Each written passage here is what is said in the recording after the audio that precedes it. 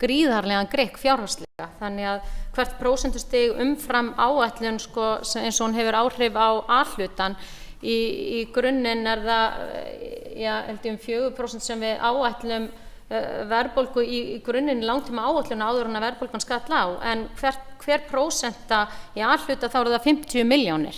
Þannig að þegar við erum komin úr 4% í eins og hún búin að vera 9, eitthvað, þá eru 100 milljónar fljótar að koma og hvert prósentustig umfram áætlun í samstæðunni 80 milljónir.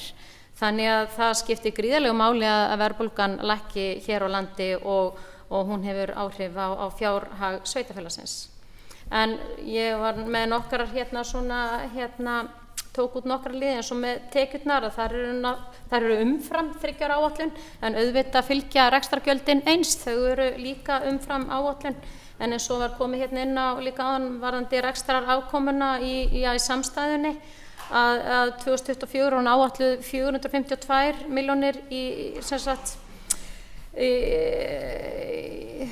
í plús sko, en sko, ef við horfum til jákvæð sko, en ef við horfum til ársins 2022 þá var halli upp á 75 milljónir.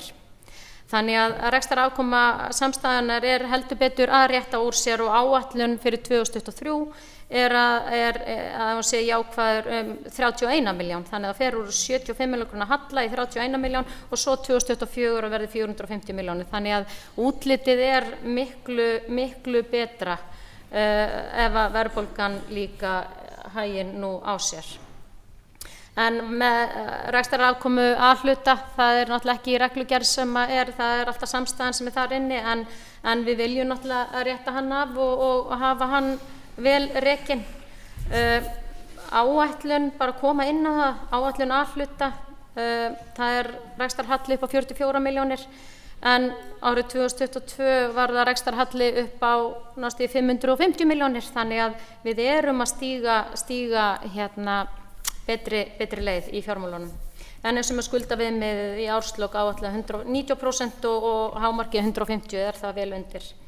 En framlegðin, eins og ég segi líka, að við viljum náttúrulega hafa hana háa. 2023 þá í A-hluta 8%, 7,9% og í samstæðunni 14,38%, en í þessum ramma sem við leggjum fram núna þá skríður nú upp í 8,69% í A-hlutunum, en þarna viljum við hafa framlegðina alveg pottet 8-10%.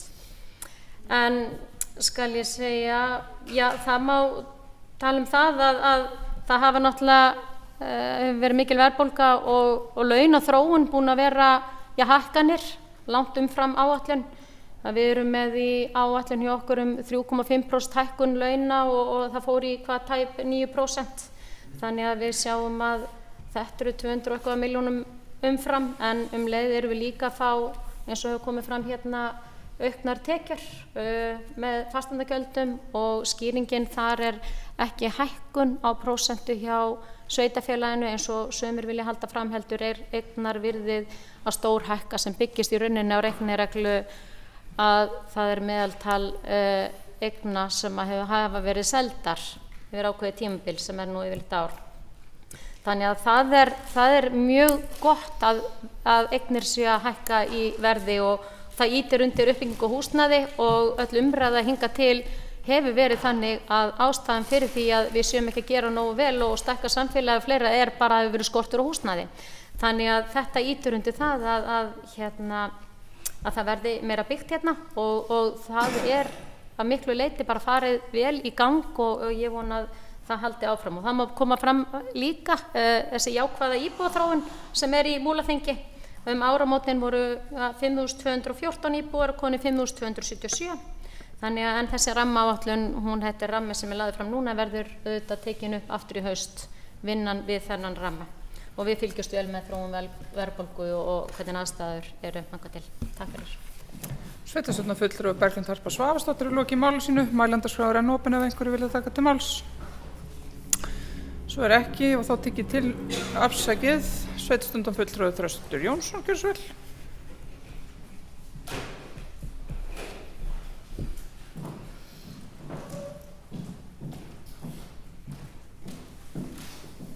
Já, forseti, Það eru góðir fundarmenn og konur. Það eru alltaf samu orðin sem verða uppi á dekki þegar að fjármál sveitarfélags eru rædd. Það eru orðin halli, skuldir, skuldaviðmið.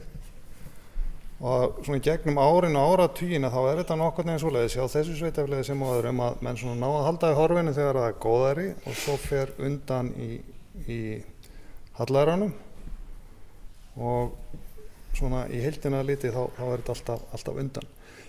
Mér langar bara aðeins til þess að sko kafa onni sko útgjaldahliðina sem að sveitarfélagið á við að stríða eða stríða, það bara náttúrulega útgjöld eða þjónustakostar útgjöld og horfa á stóru myndina að sem sagt eitt af mikilvægastu ráðunum kannski í sveitarfélaginu ekki byggðaráð heldur fjölskylduráð vegna þess að það fer með 77% af útgjöldum sveitarfélags nánast sem gríðarleg upphæð þannig að þegar að búið að borga skólana og grunnskólana og félagsþjónustuna og æskulýðs- og tómstundamálin að þá eru eftir bara 23% af útgjöldunum í skipulagsmálin og göturnar og svo framvegis. Þannig að ég fór svona aðeins bara svona undirbúning fyrir þennan fund að kíkja aðeins á þennan stóra pakka, það að segja fræðslumálin og svona aðeins kafaði onni að af hverju tekur svona mikið og þetta hjá öllum sveitarfélögum, þetta eitt einsdæmi í Múlaþingi. Það breytir því eins og ekki að sko, það ekkert hægt að segja bara af því þetta svona hjá öllum öðrum, það átti að vera svona hjá okkur. Og alltaf einhver eða eitthvað sveitarfélag eða hvað sem það einhver sem brýtur ísinn og fyrir að athuga málið og ég held að Múlaþing geti gert það alveg eins og aðrir, ekki síst í ljósi þess að það nýlega sameinað sveitarfélag. En sko ég fór aðeins að skoða þetta bara frá því að sveitarfélögin tóku við þá stærsta liðnum þarna í þessu sem grunnskólarnir, þeir enda tóku ekki við nema 2/3 af kostnaðinum. Sveitarfélögin voru í þessu áður að hluta til með húsnæðið og efniskaup og slíkt áður en samningurum við ríkið var gerður 1996. Þannig að en bara svona gróft séð, sko fræðslumálin 2024 eiga að taka 3,9 milljarða, 58% af útgjöldunum. Æskulýðs- og íþróttamálin tæpar 700 milljónir, 6% og félagsþjónustan 13%. Þannig að samtal sko skólarnir og æskulýðs- og íþróttamálin taka 64%. Þá fór ég að skoða, hvað hefur gerst þarna sko, hvað gerðist þarna 1996 þegar við tókum þetta yfir? Jú, að útsvarsprósentan sko var hækkuð 2,74%. Reynda var ég nú að fá einhvern tölvupóst frá fjármálastjóra sem ég sá áðan sem það eitthvað villiðis hjá mér en við skulum taka tölum með varhuga sem ég fer með hérna á eftir en það svona stærðagráðan nokkuð ljós. Og þarna var 2,74% af útsvarinu sem að var auki til þess að sveitarfélögin getur staðið undir þessum 2/3 hluta sem kom á það af rekstri skólana. Til að skýra langa sögu stutta að þá sem sagt útsvarstekjurnar núna einhverjir 3,8 milljarðar þess 2024. Þannig að til rekstrarins var út frá þessu 2,74% þá að fá einhver 106 milljónir út úr því til að reka 2/3 af grunnskólanum. Nú framlög jöfnunarsjóðs eru upp á einhverja 469 milljónir. Þannig að samtals þetta 575 milljónir. Hins vegar eru 2/3 af rekstri grunnskólana 2024 1,6 milljarður. Þannig að svona út frá þessu mati þá rauninni vantar heila milljarð. Annaðhvort vantar heila milljarð frá ríkinu eða sveitarfélögin á þessum tíma frá 1996 þangað til núna hafa þanið út þjónustuna og ekki spurt ríkið að því, en það kannski augað ekki að gera það. En sko það líka hægt að taka þetta með því að skoða það, þetta var skoðað, stjórnarráð lét skoða þetta árið 2000, hvað hafði gerst frá 1996 til 2004 ára tímabil og þar kom í ljós að það hafði orðið ákveðin gliðnun í kostnaðinum, að kostnaðin hafði þegar aukist þá. Og bara til þess að gera langa sögu stutt, þá tók ég þá gliðnun og ekstrapólið hann til 2024 og þá fæ ég á sama hátt að það vantar þarna, það er komið gat upp á 600 milljónir á ársgrundvelli. Ef ég svona tek best of case þar að segja leiðrétti hallatöluna aðeins, gerir kúruna aðeins flatari, þá er þetta 300 milljónir. Þannig að það er komið þarna á þessum tíma 24-28 ár, eitthvað svo leiðis, þá er komin gliðnun sem er einhvers staðar á bilinu 300 milljónir til 1 milljarður. Og ég spyr bara, er það vegna þess að ríkið er ekki lengur að standa undir þeim liðum sem það færði yfir til sveitarfélagsins, eða er það vegna þess að sveitarfélagið hefur þanið út þjónustuna? Hvort sem það er, þá fyrir meiri peningur í þetta að blessaða skólakerfi okkar og þessi menntamál yfir höfuð heldur en að gera þið 1996, þó framreiknað sé með vísitölum og svo framvegis, miklu meiri. Og árangurinn sem við höfum fá út úr kerfinu, allavega á grunnskólanum, er ekki til þess að hrópa húrra fyrir á sama tíma. Börnum líður betur, verð og námsárangur er ekki betri, ekki hef ég heyrt af því að komin eitt betur, krakkar kom betur út úr grunnskólakerfinu okkar núna en 1996. Þannig að ég held að það sé alveg ástæða til þess að Múlaþing sem sveitarfélag aðeins kafi ofan í þennan risalið sem eru fræðslumálin og ég er ekki að segja að fara að skera það niður, en við þurfum aðeins að vita hvað við erum að borga fyrir. Og mér þótti athyglisverð lokaritgerð, man ekki eftir einhvern, sem var unnin 2009 þessa yfirfærslu grunnskólans til sveitarfélaga, unnin af Þorsteini Sæberg. Og það sló mig svolítið í þeirri skýrslu að þessi tengingarleysi sem er orðin á milli sveitarstjórna almennt í landinu og grunnskólakerfis. Og það er gerst á þessum tíma eftir að þau tóku grunnskólan yfir að fjármálastjórnin eða peningastjórnunin hefur farið frá skrifstofu sveitarfélagsins yfir til skólastjóran. Og af hverju gerist það? Jú, hann kemst að þeirri niðurstöðu með viðtal við ótal aðila að það gerist vegna þess að sveitarstjórnarfólk treysti sér ekki í þetta, það vill ekki setja sig inn í þessa hluti, þannig það er bara best að henda sig yfir í embættismenn sem eru skólastjórar. Og ég set bara ákveðið spurningamerki í hversu gott þetta var. Eiga skólastjórar ekki bara að vera faglegi stjórar? Akkur eiga fjármálin að vera á þeirra hendi líka?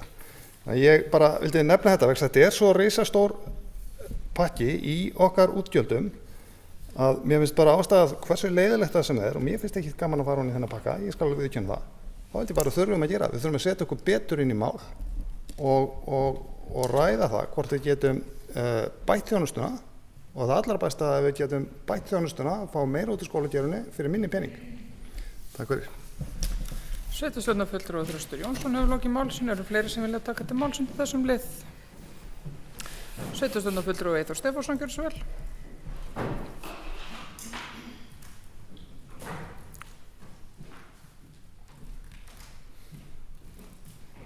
Já, frú forseti og annað fundafólk. Þetta voru áhugaverðar pælingar sem komu hérna hjá sveitarstjórnarfulltrúa Þresti Jónssoni. Ég ætlaði nú eiginlega ekki að koma upp en mér fannst þetta bara svo áhugavert sem var að segja að mér langaði í og með að þakka honum fyrir þessa framsögu. En sko eitt af því sem mín tilfinning sem ég hef nú ekkert rosalega ekkert konkrétt fyrir mér í varðandi af hverju þetta hefur aukist svona já, ég tel að það komið meðal annars til að ríkið er alltaf að setja ríkari skyldur á hendur þessu sviði og oft á tíðum ekki fjármagnað og bara nýjasta dæmi sem við höfum eða eitt af nýjustu dæmunum sem við höfum fyrir því er til dæmis sem að barnamálaráðherra Ásmundur Einar Daðason var að setja lög farsæld barna og það kemur eitthvað kling frá ríkinu til þess að innleiða þessi lög og þau duga ekkert nærri því fyrir öllu því sem að sveitarfélaginu ber að gera samkvæmt þeim. Það þarf að ráða stöðugildi tengiliða í hvern einasta skóla, 10% eða hvað það var sem var svona einhvers konar þumuputtaregla, og svo þarf að ráða starfsfólk á félagsþjónustuna og sko það sem kemur frá ríkinu dugar ekki einu sinni bara fyrir tengiliðunum ef að vonaði sig ekki að fara með fleipur. Það er minn skilningur í augnablikinu. Svo er annað sem að mér finnst áhugavert sem ég langaði að nefna í samhengi við þessa fjárhagsáætlun, þessa ramma. Það er náttúrulega svona erfiðari tímar nú en hefur verið upp á síðkastið, og það sem það gerir að verkum er að það minna svigrúm, og það kom það bara eitt erindi sem ég langaði til að segja hérna upp átt. Það var eitt erindi sem kom frá sviðsstjórum þeirra sem undir fjölskylduráði. Það var tómstundasvið, félagsmálasviðið og fræðslusviðið sem kom beiðni að það yrði ráðinn inn mannauðsstjóri fræðslusviðs eða fjölskyldusviðs. Og í fyrstu fannst mér þetta ekki alveg, var ég ekki alveg viss hvað mér fannst þetta, en þeir lögðu máli sínu til stuðnings það að sveitarfélagið að borga, ef ég man rétt, það sem af var ári, 140 milljónir komnar í veikindaleyfi. Og þetta stöðugildi átti að kosta að mig minnir 14 milljónir ári. Sko, það þarf ekki að ná að koma í veg fyrir nema 5% veikinda til þess að þetta bara borgi sig. Þetta borgar sig kannski ekki strax, en sko mér finnst við bara brýna okkur sem hér erum að sko við erum að reyna að rembast við að halda í horfinu, en við ættum að huga að því líka hvernig við gerum sveitarstjórnum framtíðarinnar aðeins auðveldara að halda utan reksturinn. Og mér virðist þetta í augnablikinu alveg vera dæmi eitthvað sem gæti borgað sig til lengri tíma litið. En já, að lokum ætla ég að segja það að ég ætla að samþykkja þessa ramma, en ég ætla ekki að hlusta á neitt ef ég skipti skoðun og fer að gaula eitthvað í haust, að þá ætla ég ekki að hlusta á það að ég hef bara samþykkt þessa ramma, þannig ég ætla að setja fyrirvara á þetta samþykki mitt. Já. Takk. Sveitarstjórnarfulltrúi Stefánsson og Vaki Málsson, sveitarstjórnarfulltrúi Helgi Hlynur Ásgrímsson, gjörðu svo vel.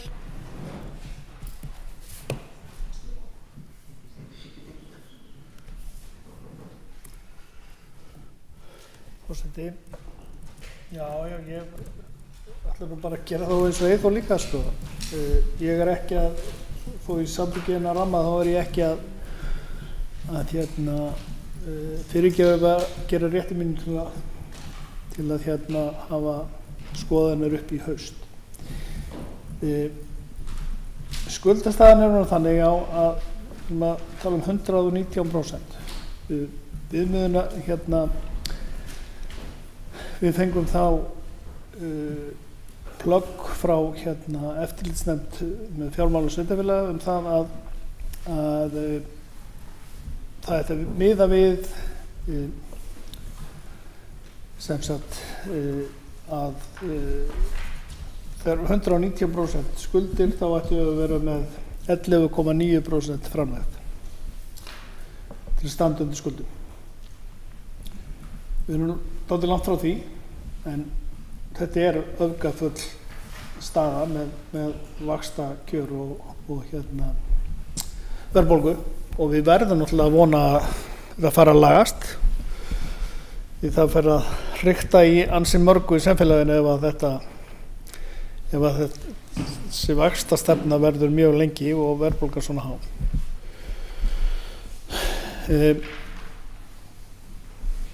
Ég ekki alveg sammála Þresti að skólanum veri betur komið með því að við varum með puttana meira í því. Ég eiginlega sannfærður að það væri ekki. Allavega ég helst ekki að koma með mína skítuðu putta mjög mikið nálægt því.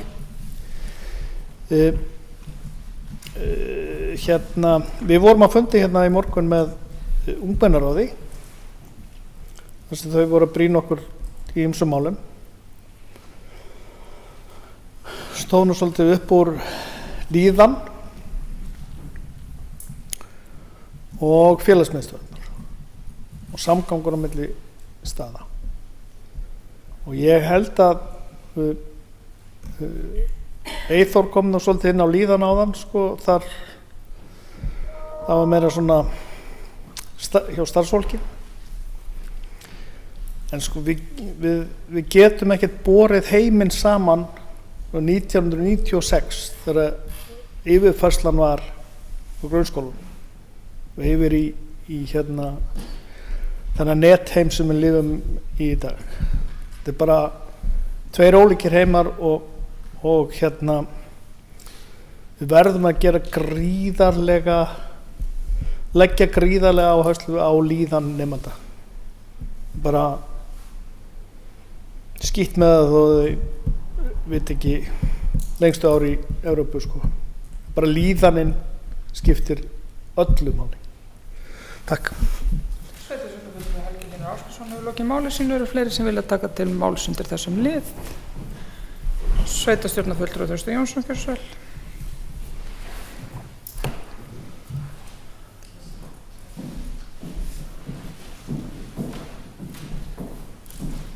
Já, forseti, annað gott sveitarstjórnarfólk. Bara svona aðeins að svara þessu sem kom hérna fram áðan að sveitarstjórnarfulltrúi Eyþór Stefánsson benti á að ríkið setti ýmislegt inn í skólakerfi hjá okkur á þess að það kæmi peningar með því. Það er alveg rétt og þar hafa gerst ýmsir hlutir og eitt af því sem að ég skoðaði aðeins þarna þegar ég var renni yfir þetta var það sem kallaði skóli án aðgreiningar sem talið gott dæmi slíkt og það eru fleiri slík dæmi en svona eftir því sem að ég kafaði þarna í sólinni í gær þá er það ekki næg skýring fyrir þeirri gliðnun sem orðið, hvort sem hún við þessi lægri mörk, 300 milljónir eða milljarðir og nota bene, ég held að ég hef gleymt því hérna áðan að nefna náttúrulega það eru jöfnunarsjóðsframlög líka en ég með þau inni í þessum reikningum minn. Þannig að jöfnunarsjóð, bara svo við höldum því til haga, jöfnunarsjóðsframlagi til skólana okkar í 2024 verður 470 milljónir sem sagt áætlað.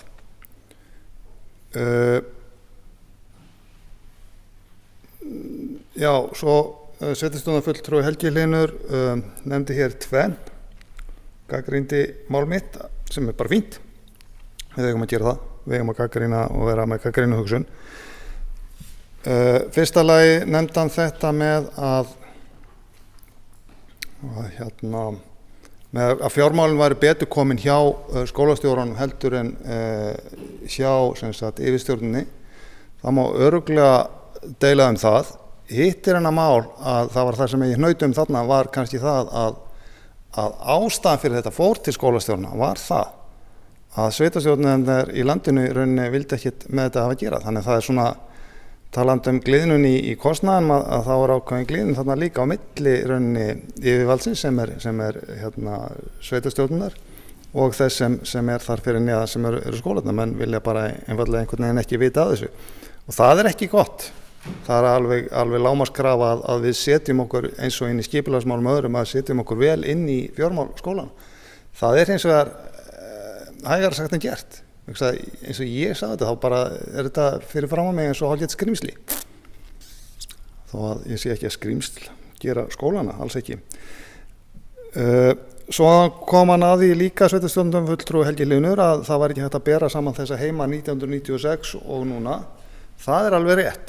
Enda hefur þessi breyting orðið, ég var ekkert að segja það endilega að ég var að bera saman þann punktinn og punktinn núna. Þetta bara hefur verið þróun í gegnum þessi ár að við kostnaðurinn eykst en það sem kemur fyrir peningana sem eru notaðir minna.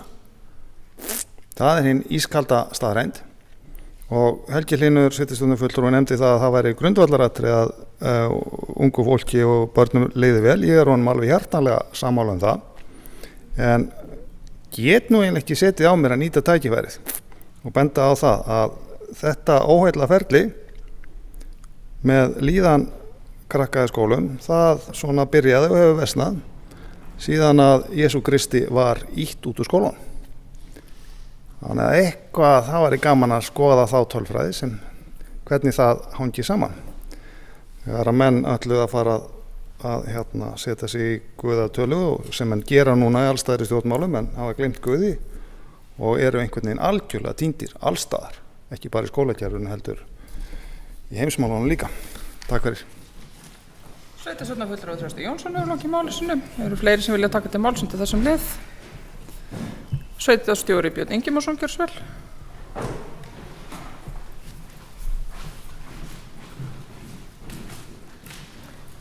Forseti, gott fundarfólk. Ég ætla bara svo að það sé nú alveg öruggt að það komur til skila. Það kom fram að hér varðandi skulda viðmiðið og framleiðina að þá skuldaviðmiðið það er alveg rétt, það er 119%, en framleiðin tæp 16%. Hins vegar voru gerðar athugasemdir við framleiðina EBIT-in í A-hluta vegna síðasta árs sem var mjög lág því að hún var bara rétt hvort það náði 5%. Í þessari áætlun hins vegar að gera ráð fyrir EBIT-in í A-hluta að hún verði 8,5%. Ég er alveg sammála á því að við eigum, og það er okkar markmið, er að ná A-hluta framleiðinni upp fyrir 10%. Ég er alveg sammála á því að ef við náum henni á þessu bili 10-12% þá erum við komið með A-hlutan vel sjálfbæra. En ég held að það sé alveg óhætt að segja að það er bara mjög jákvæð þróun í þessu þó að við vildum gjarnan sjá sterkari stöðlur, en þá held ég að við þurfum ekki að ef við horfum á þessi viðmið sem hafa verið gefin út, þá erum við ekki að standa illa gagnvart þeim. Sveitarstjóri Björn Ingimarsson hefur lokið máli sínu. Sveitarstjórnarfulltrúi Ívar Karl Hafliðason, gjörðu svo vel.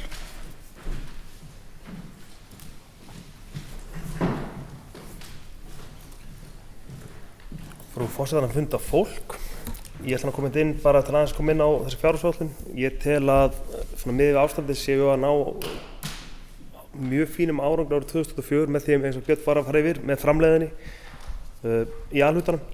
Og horfandi yfir sviði sveitarfélagi í dag þá mörg sveitarfélög sem væri til yfir okkar stöðu að vera með 8,5% framleitt. Og það er ljóst að tekjuhliðinni hefur vaxið hjá okkur töluvert, bæði vegna fjölgunar íbúa og bara ákveðin tekjustofnar hafa vaxið, og sem er gleðilegt, en auðvitað fylgir því að útgjöldin vaxa dálítið með. Og ég held að sé alveg bara mjög hollt að þessi rammi, við viljum setja okkur sem markmið. Þetta er auðvitað erfitt að eiga við þetta, og það er alveg rétt þar sem sveitarstjórnarfulltrúi Þrösti Jónsson kemur inn á að 2/3 okkar peningum fara í 2 svið undir sömu nefndina, og auðvitað þurfum við þar að horfa í. Af því að það er alveg ljóst að við viljum líka, við erum með metnaðarfull plön í 10 ára áætlun í framkvæmdum, og það er ljóst að við getum ekki brúað þau eingöngu með lántöku. Við viljum hins vegar að rekstur okkar verði sjálfbær, og rekstur okkar verði þannig að framleiður aðhluti verði notað og standuðu meirhlutan okkar framkvæmdum. Þegar það er rauninni svo staða sem við dreymum að vera í. En ég held að það er kannski það sem maður fylgst með síðan að Múlaþing var til, er okkur búið að fjölga hátt í 300 manns. Ég held að það sé kannski hluta því að stakka kökuna, og við erum bara búið núna við með þessu ástandi töluverða fjölgun og fjölgun á húsnæði, og þannig ég held að framtíð Múlaþings er orðið nokkuð björt, og mér finnst bara að segja þessi fjárhagsáætlun endurspegla það, þó við getum klárlega alltaf gert betur, og við þurfum ekkert að vera hrædd við það að skoða það, að því Eyþór Stefánsson minntist á veikingakostnað og annað, ráðin hennar starfsmann. Ég held að það sé eitthvað sem við þurfum að skoða, en ekki bara það að ráðin fleiri starfsmann, líka bara hvernig við byggjum yfir svið. Hlutverk stjórnanda, hvort að stjórnandi eigi að vera mannauðsstjóri, á hann að vera fjármálastjóri á yfir sinni stofnunum, minna þetta er svona þörstu, þetta er svona samblandað öllu. Ég held að það sé bara hollt að eiga sér samræður. Því að oft er þetta bara fólk sem er þarna faglegir stjórnendur í sínum skólum. Þeir eru kannski ekki menntun í fjármálum eða menntun í þetta er svona bara spurning hvar eru við sterkust. Og ég held að sé alveg sóknarfæri okkur, því að við erum bara í þannig sveital, við rekum dálítið margar stofnanir, og þá þurfum við kannski að setjast yfir, og það er kannski verkefnið haustsins að hugsa hvernig ætlum við að byggja stofnanir upp og hvernig ætlum við að byggja yfirstjórnina. Takk. Sveitarstjórnarfulltrúi Ívar Karl Hafliðason hefur lokið máli sínu. Það eru fleiri sem vilja taka til máls undir þessum lið. Svo ekki þá les ég tillöguna upp að nýju. Sveitarstjórn samþykkir rammaáætlunina eins og hún liggur fyrir fundinum og vísar henni til vinnu við gerð fjárhagsáætlunar á komandi hausti. Þeir sem samþykkja það réttu upp hönd. Samþykkt samhljóða. Þá eru komin í lið númer 2. Samþykkt starfskjör kjörinna fulltrúa. Fyrir liggur bókun frá fundi byggðarráðs Múlaþings dagsett 16. maí 2023 varðandi samþykktir starfskjör kjörinna fulltrúa. Af tillögu byggðarráðs staðfesti sveitarstjórn Múlaþings fyrirliggjandi uppfærðar tillögur að samþykktum starfskjör kjörinna fulltrúa hjá Múlaþingi og felur skrifstofustjóra að sjá til þess að þær verði virkjaðar. Ég ætla að opna mælendaskrá undir þessum lið ef einhver vill taka til máls. Svo ekki og þá voða freistandi að bera tillöguna upp. Þeir sem samþykkja tillöguna rétt upp hönd. Það samþykkt samhljóða. Við erum þá komin í lið númer 3, Fjarðarheiðargöng. Fyrir fundinum liggur minnisblað. Fyrir liggur minnisblað þar sem gerði grein fyrir fundum sem sveitarstjóri, formaður byggðarráðs og forseti sveitarstjórnar áttu í Reykjavík dagana 25. og 20. maí síðastliðið með ráðherrum, þingmönnum og starfsfólki ráðuneyta fyrirhuguð Fjarðarheiðargöng. Eftirfarandi tillaga liggur fyrir fundinum. Sveitarstjórn Múlaþings fagnar því að Fjarðarheiðargöng séu fremst á lista yfir ný göng á nýkenndri tillögu að samgönguáætlun en ítrekar nauðsyn þess að klára hringtengingu Austurlands í beinu framhaldi af framkvæmdum við Fjarðarheiðargöng. Fjarðarheiðargöng eru einu göngin á Íslandi sem eru fullhönnuð og þau ríkir sátt innan SSA sem staðfest var með svæðisskipulagi Austurlands sem samþykkt var af öllum sveitarstjórnum síðastliðið haust. En þar kom meðal annars skýrt fram áherslur varðandi jarðgöng á Austurlandi þar sem Fjarðarheiðargöng í forgangi. Sveitarstjórn Múlaþings vísar annars almennri umfjöllun tillögu að samgönguáætlun og gerð umsagnar fyrir hönd sveitarfélagsins til byggðarráðs sem fer með fullnaðar afgreiðsluheimild sveitarstjórnar á þeim tíma sem skila á umsögn. Leitað verði umsagna allra heimastjórna á samgönguáætlun við vinnslu umsagnarinnar. Og Björn Ingimarsson sveitarstjóri hefur óskað eftir að taka til máls, gjörðu svo vel.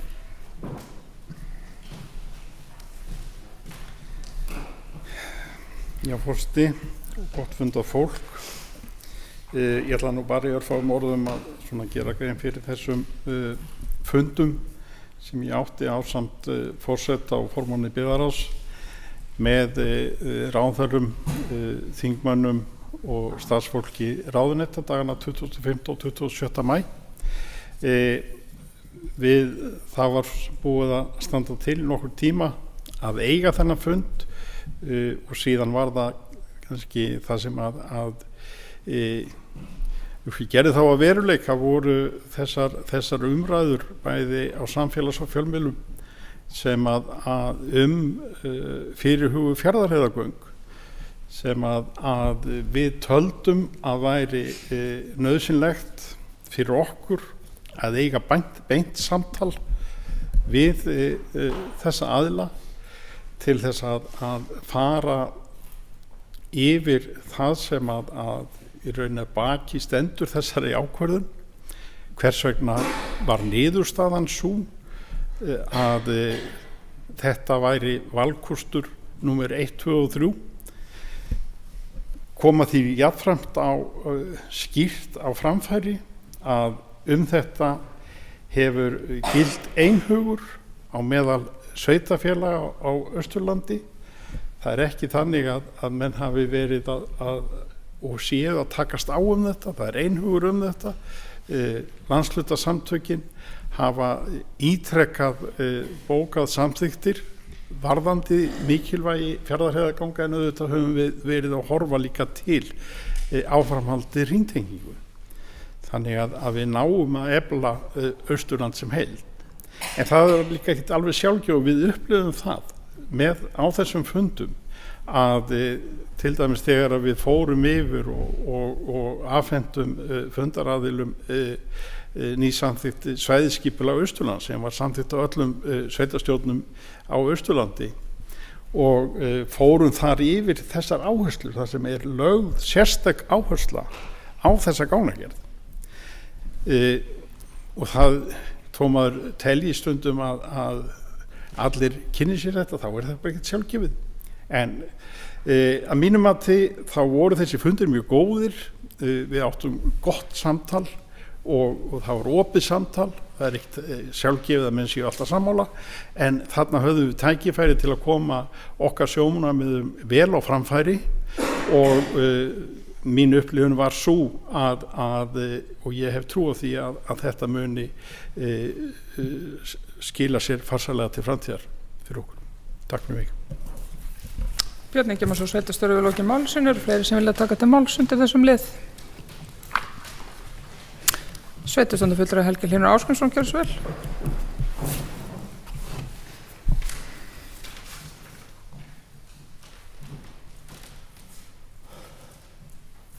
Forseti, já, við erum svona að fagna hér einhvers konar varnarsigri að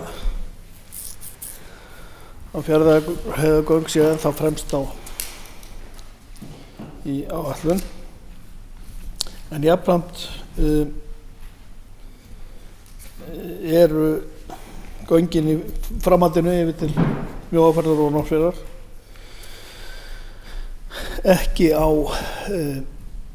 það liggur ekki ljóst fyrir að þau séu beinu framhaldi, þannig að það er áhyggjuefni. Eins og hérna liðurinn heitir Fjarðarheiðargöng. Þegar að dagskrá var send út þá var ekki búið að kynna þessa samgönguáætlun, en nú er það búið og samgönguáætlun í heild er ekki fallegt plagg fyrir okkur. Ef ég skil þetta rétt þá ef að formaður Framsóknarflokksins fær ekki lán í banka til að fara í Öxi, þá eru 10 ár þangað til að vera klár. 10 ár! Þetta er hagkvæmasta vegagerð á Íslandi, frá loftslagssjónarmiðum, frá slysahættu, frá innviðum samfélagsins. Það er engar vegabætur á Íslandi sem eru jafn borðleggjandi. En af því að bankandi vil ekki lána út á land, þetta er svo sturlað að ég hérna líka, já, mér er bara erfitt með að tjá mig, ég er svo nexlaður á þessu rugli. Öxi á bara að fara í framkvæmd, það er ekkert flókið. Hún er hagkvæm frá öllum hliðum málsins. En já, það er fagnaðarefni að það sé ekki búið að tróða neinum fram fyrir Fjarðarheiðargöngin. Takk. Sveitarstjórnarfulltrúi Helgi Hlynur Ásgrímsson að lokið málsinu og forseti skal játa það og náði ekki alveg var Berglind Harpa á undan Hilda rétt upp hönd. Já, Berglind Harpa Svavarsdóttir, sveitarstjórnarfulltrúi, gjörðu svo vel.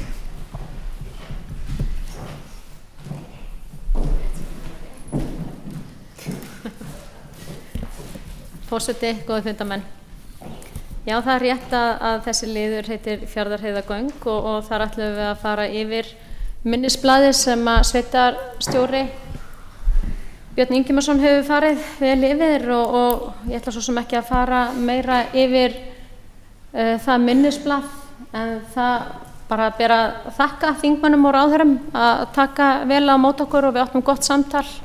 Og það var bara rökstuðningur á báða og hérna afhentum við eins og segir hérna svæðisskipulagið og fórum líka bara yfir þessa faglegu vinnu sem hefur verið í aðdraganda þessarar ákvörðunar sem er gríðarlega mikilvægt í öllum svona ekki bara stórum verkefnum sem smáum að það sé alltaf fagleg vinna sem stýri ferð. Þannig að þetta voru svona viðbrögð okkar að fara suður og eiga samtali. Nú í gær þá kemur fram samgönguáætlun. Við höfum náttúrulega ekki getað kynnt okkur hana ítarlega, þannig að upp á að taka út allar þær framkvæmdir sem að snerta Múlaþing. En það sem er alveg ljóst eru náttúrulega nokkur atriði og það er þessi jarðgangna áætlun sem að var okkur ofarlega í huga í þessari ferð sem er undir þessum lið. Og þar sjáum við að Fjarðarheiðargöng eru þar efst á lista. Því bara að fagna, það mikill léttir að sjá að þau séu fyrstu göngin, enda eru þetta einu göngin sem eru fullhönnuð og tilbúin í útboð. Ef það færi eitthvað að eiga við þá röðun, þá er það alveg ljóst að það yrði engin gangnaframkvæmd í ansi mörg ár. Þannig að það er ekki góð jarðganga áætlun, nóg hefur hléð verið. En leið, og ég fagna því, þá eins og hefur komið fram, þá hefur maður virkilegar áhyggjur af því að hringtenging Austurlands, sem er gríðarlega mikilvæg, að hún sé slitin í sundur. Það eru Seyðisfjarðargöng og Mjóafjarðargöng sem eru komin númer 7 á listanum en áttu að vera þarna strax á eftir Fjarðarheiðargöngum. Ég tel að við verðum bara öll sveitarfélög, sérstaklega hérna á Austurlandi, að leggjast á eitt og koma með bókanir. Þetta er náttúrulega samgönguáætlun sem er komin í samráðsgátt, er ekki endanleg áætlun, heldur fer hún í samráðsgátt og það er hægt að skila inn umsóknum og hafa áhrif á þessa uppröðun. Svo náttúrulega fer hún fyrir Alþingi líka og þar verða umræður og fara umsagnirnar fyrir nefnd og fleira, en við munum gera allt til þess að hringtenging náist. Þessi hringtenging er ekki bara til að tengja kjarna saman sem er gríðarlega mikilvægt hérna á Austurlandi, heldur þetta er gríðarlegt öryggissjónarmið. Við vitum það að hér hafa orðið skriðuföll og snjóflóð og fleira, að það verður að gera vel í því að tengja þessa byggðakjarna saman, þannig að það sé örugg flóttaleið. Við vitum líka eins og með sjúkrahúsið í Neskaupstað, það er statt þar og það er nú bara gangnamunnin á núverandi göngum á snjóflóðahættusvæði, þannig að það verður að vera önnur leið. Þannig að það þarf að kýla göngin okkar hérna í gang, en það er bara þannig að við þurfum öll að kýla það í gang að hringtengingin, þessi 2 göng, Seyðisfjarðargöng og Mjóafjarðargöng, komi í kjölfar og það fari hönnun að vinna í gang. Samhliða Fjarðarheiðargöngum.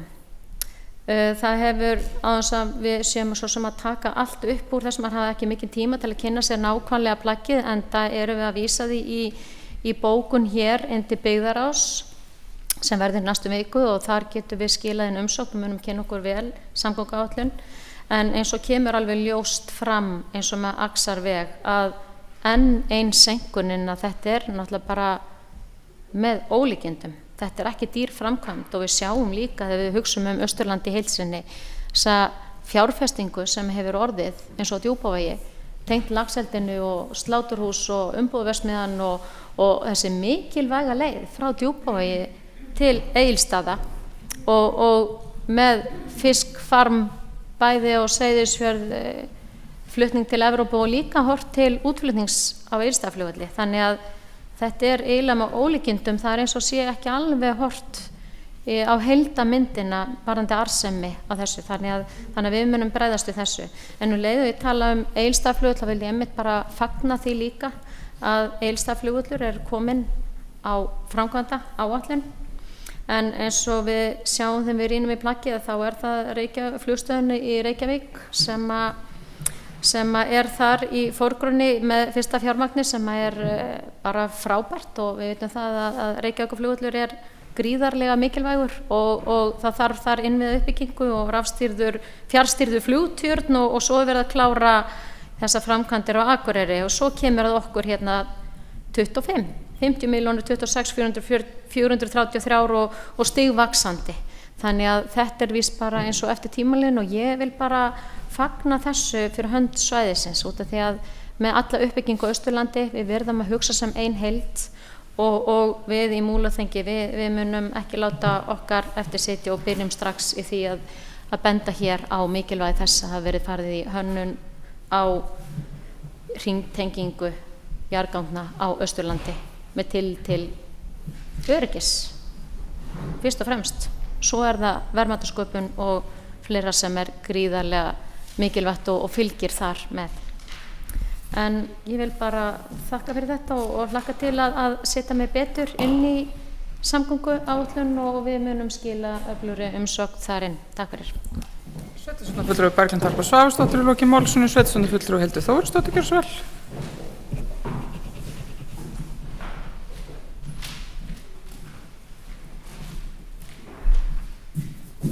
forseti, ágættir fundamenn. Það er margt gott sem að hefur hér komið fram. Menn hafa verið að tekna upp svo kallaða ósamstöðu hér eystra í fjölmiðlum í vetur þegar kemur að Fjarðarárgöngum. Það er beinlínis rangt. Ályktanir SSA ár eftir ár hafa verið algjörlega skýrar. Fjarðarárgöng eru næstu jarðgöng á Austurlandi.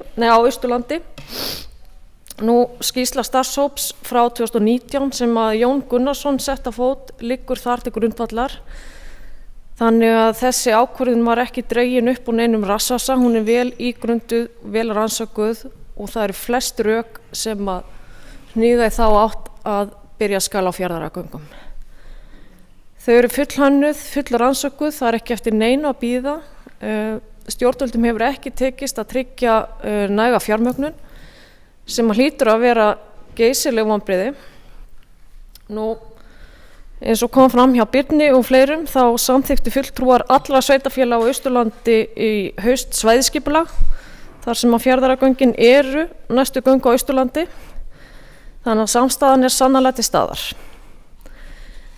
Fjarðarárgöng hafa verið á samgönguáætlun næstu göng hér á landi frá 2020. Þannig að fréttir gærdagsins voru vonbrigði í mínum huga.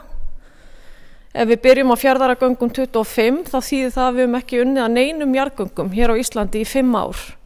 Og það er áfellisdómur yfir stjórnvöldin sem boðuðu stórsókn í samgöngumálum. Og þetta er öll sóknin. Og meðan við horfum til frænd okkar í Færeyjum, eins og við höfum stundum nefnt, sem að eru alltaf með að minnsta kosti eingöng í framkvæmd einu og oft fleiri. Nú það er aðeins búið að koma hér inn á Axaveg sem er gríðarlegt áhyggjumál í mínum huga.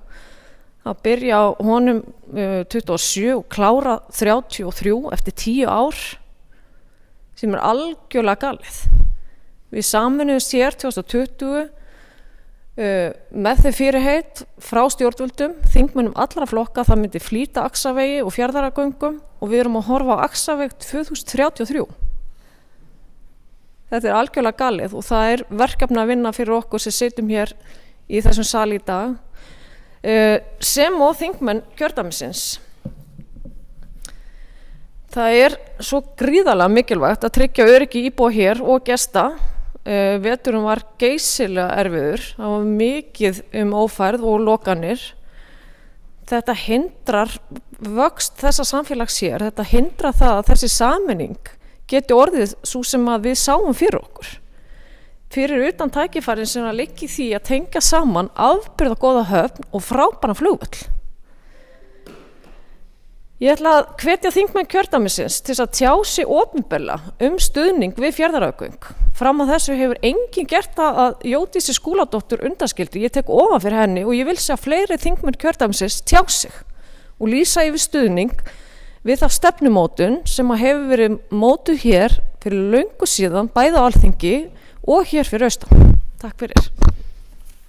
Sveitarstjórnarfulltrúi Hildur Þórisdóttir hefur lokið máli sínu. Næstur á mælendaskrá Þröstur Jónsson, sveitarstjórnarfulltrúi, gjörðu svo vel.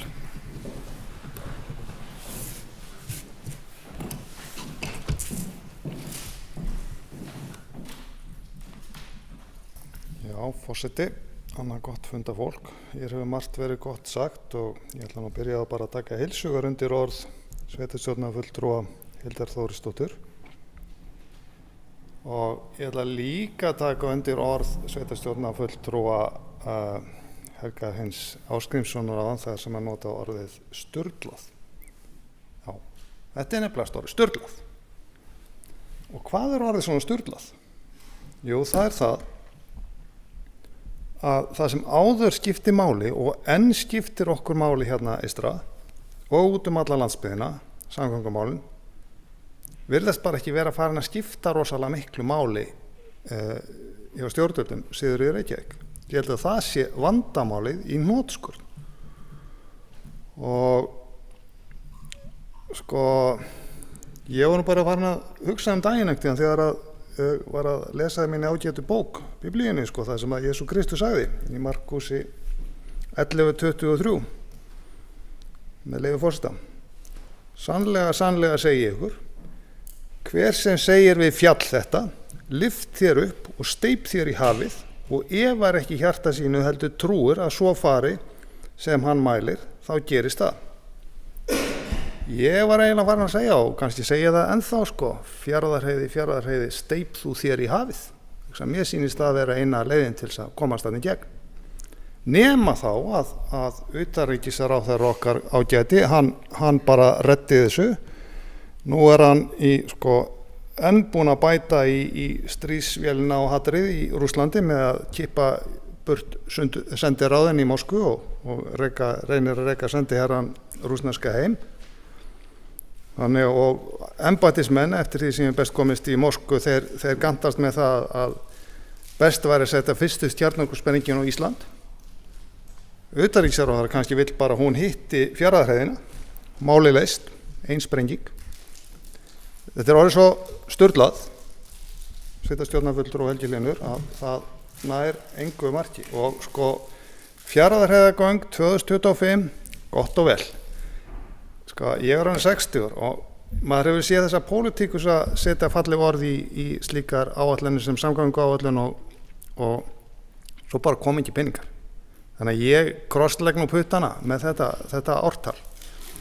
Og varðandi sturlunum aftur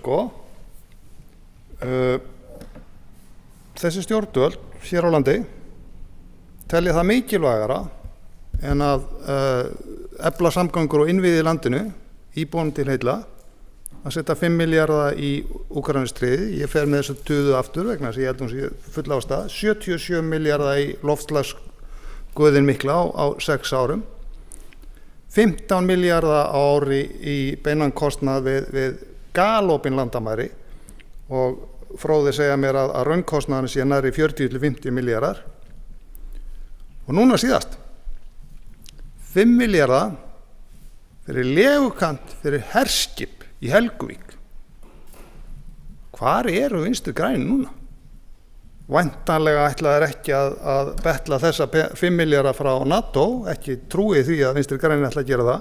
Þannig að Íslenska ríki ætla væntanlega að byggja upp þennan legugarð sem mikilvægari en Axarvegur sem kostar svipað. Já, sveitarstjórnarfulltrúi Helgi Hlynur, þetta er sturlað. Þetta er algjörlega sturlað og þetta svolítið með þetta blessaða ríkisvald, ég leyfi mér að gagnrýna þetta, eins og Bítlarnir sungu á sínum tíma, making all their nowhere plans for nobody, eða illa þýtt, framkvæma allar hvergi áætlanir sínar fyrir engan. Þessi peningar fara bara út gluggann og meðan ökkum við í drullunni og rennum út af hérna upp á Fjarðarheiðinni. Þannig að þetta er að orðið vandamáli í hnótskund. Hér áður fyrir bara byggðum en vegi og brýr og þú veist, með miklu þrengri fjárlagaramma heldur menn hafa í dag. Í dag eru menn í vandræðum og skæla meðan Færeyingar pínlítlu þjóð grefur svona göng eins og ekkert sé, ekki einu sinni fyrir mannfólk, heldur fyrir rollur líka. Þannig að við hérna austur frá erum minna virði en sauðkindin. Svo eitt hérna að lokum og það kannski fyrirspurn til ég ætli beinengja sveitarstjórnarfulltrúa Berglindar Hörpu að í þessu ágæta minnisblaði sem undir í þessum fundalið kemur fram að ágæta minnisblaði klukkan 11:30 með leyfi forseta, klukkan 11:30 var funda með Nönnu Kristínu Tryggvadóttur aðstoðarmanni fjármála og efnahagsráðherra og Hrafni Hlynssyni sérfræðingi í fjármálum og efnahagsráðuneytinu. Hvernig má það vera að þið náðu ekki fundi fjármálaráðherra sjálfs sem heldur budduna þegar það kemur? Ég kannski beini þessu til sveitarstjórnarfulltrúa Berglindar Hörpu sem bara beinni fyrirspurn. Takk fyrir. Sveitarstjórnarfulltrúi Þröstur Jónsson hefur lokið málsinu. Næstur í pontu sveitarstjórnarfulltrúi Eyþór Stefánsson. Gjörðu svo vel.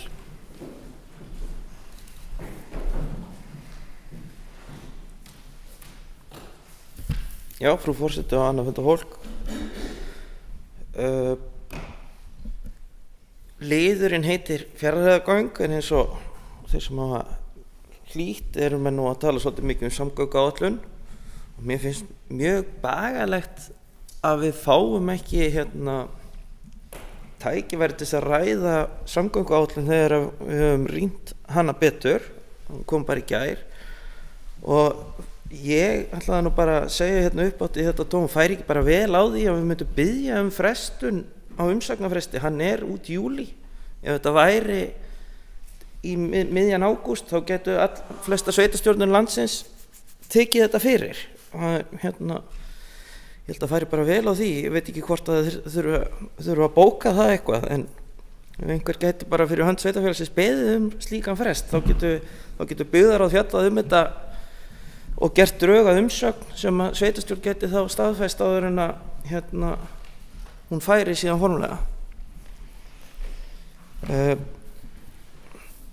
Já, ég get alveg bætt við þessu breytingartillögu bókunin ef menn telja svo þurfa, en ég var að vona að það myndi bara duga að segja þetta upphátt. Annað sem ég langaði til að koma inn á, það vill svo til að ég fór sem varamaður fyrir sveitarstjórnarfulltrúa Helga Hlyn Jónsson á fund SSA á mánudaginn á Vopnafirði. Og þar kom ég með ákveðna, endaði ég fundin að ég kom með smá brýningu sem ég langaði til að segja við þá fulltrúa okkar sem við eigum inn í SSA. Við eigum formann SSA í sveitarstjórnarfulltrúa Berglindi Hörpu og sveitarstjórnarfulltrúa Helgi Hlynur, það stjórnarmaður. Fyrir hennar fund þá var ég að skoða fundargerðir SSA vel aftur í tíman og skoða þær alveg aftur til 2009. Og þá var bara á öðrum hverjum fundi og næstu í annar hver dagskráliður, leyfum mér að segja, umfjöllun fundargerðir samgöngunefndar SSA. Slík nefnd er ekki að störfum núna og þegar ég skoða fundargerðir SSA síðustu árin, þá finnst mér SSA að vera að þróast meira og meira í það að vera bara einhver afgreiðslunefnd frekar en að vera að segja eitthvað og gera eitthvað. Og þess vegna ætla ég bara að koma með brýningu á okkar fulltrúa inn í SSA að nú þegar að samgönguáætlun í samráðsgátt að SSA geri og fari í greinargóða og mikla vinnu við að rýna þessa áætlun og koma með umfjöllun sem væri þá helst þess eðlis að allar sveitarstjórnir á Austurlandi geti tekið undir hana. Því að þetta finnst mér alveg dæmi það sem að SSA á að gera. Ef ég kem aðeins inn á samgönguáætlun þá held ég sjálfur ljóst að Austurland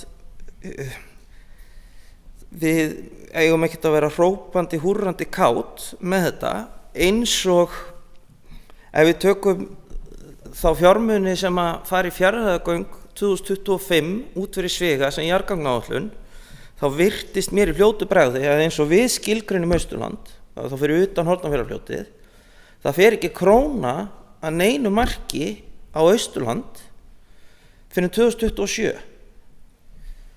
Svona einhver alvöru fjárhæðir skulum við segja. Fyrir utan göngin 25. Það í Hornafjarðarfljótið og það skilgreint á Austursvæði samkvæmt Vegagerðinni.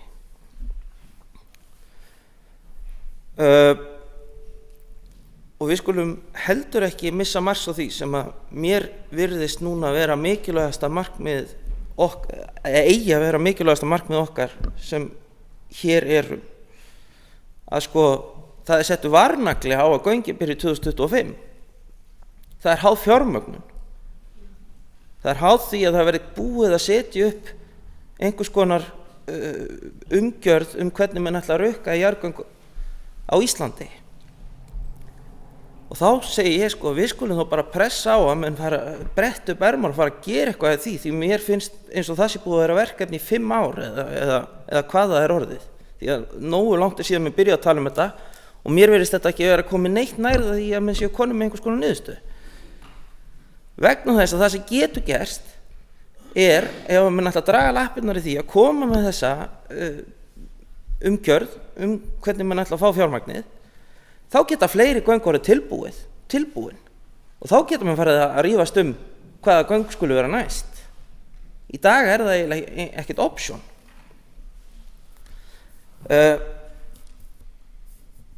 Ég hef nú ekkert verið lengi á þessu vettvangi, en það virðist vera þannig að fyrir Austurland og eiginlega bara Norðausturland þá það þannig að það eru eiginlega engir peningar fyrir ná öðru og yfirleitt á 3.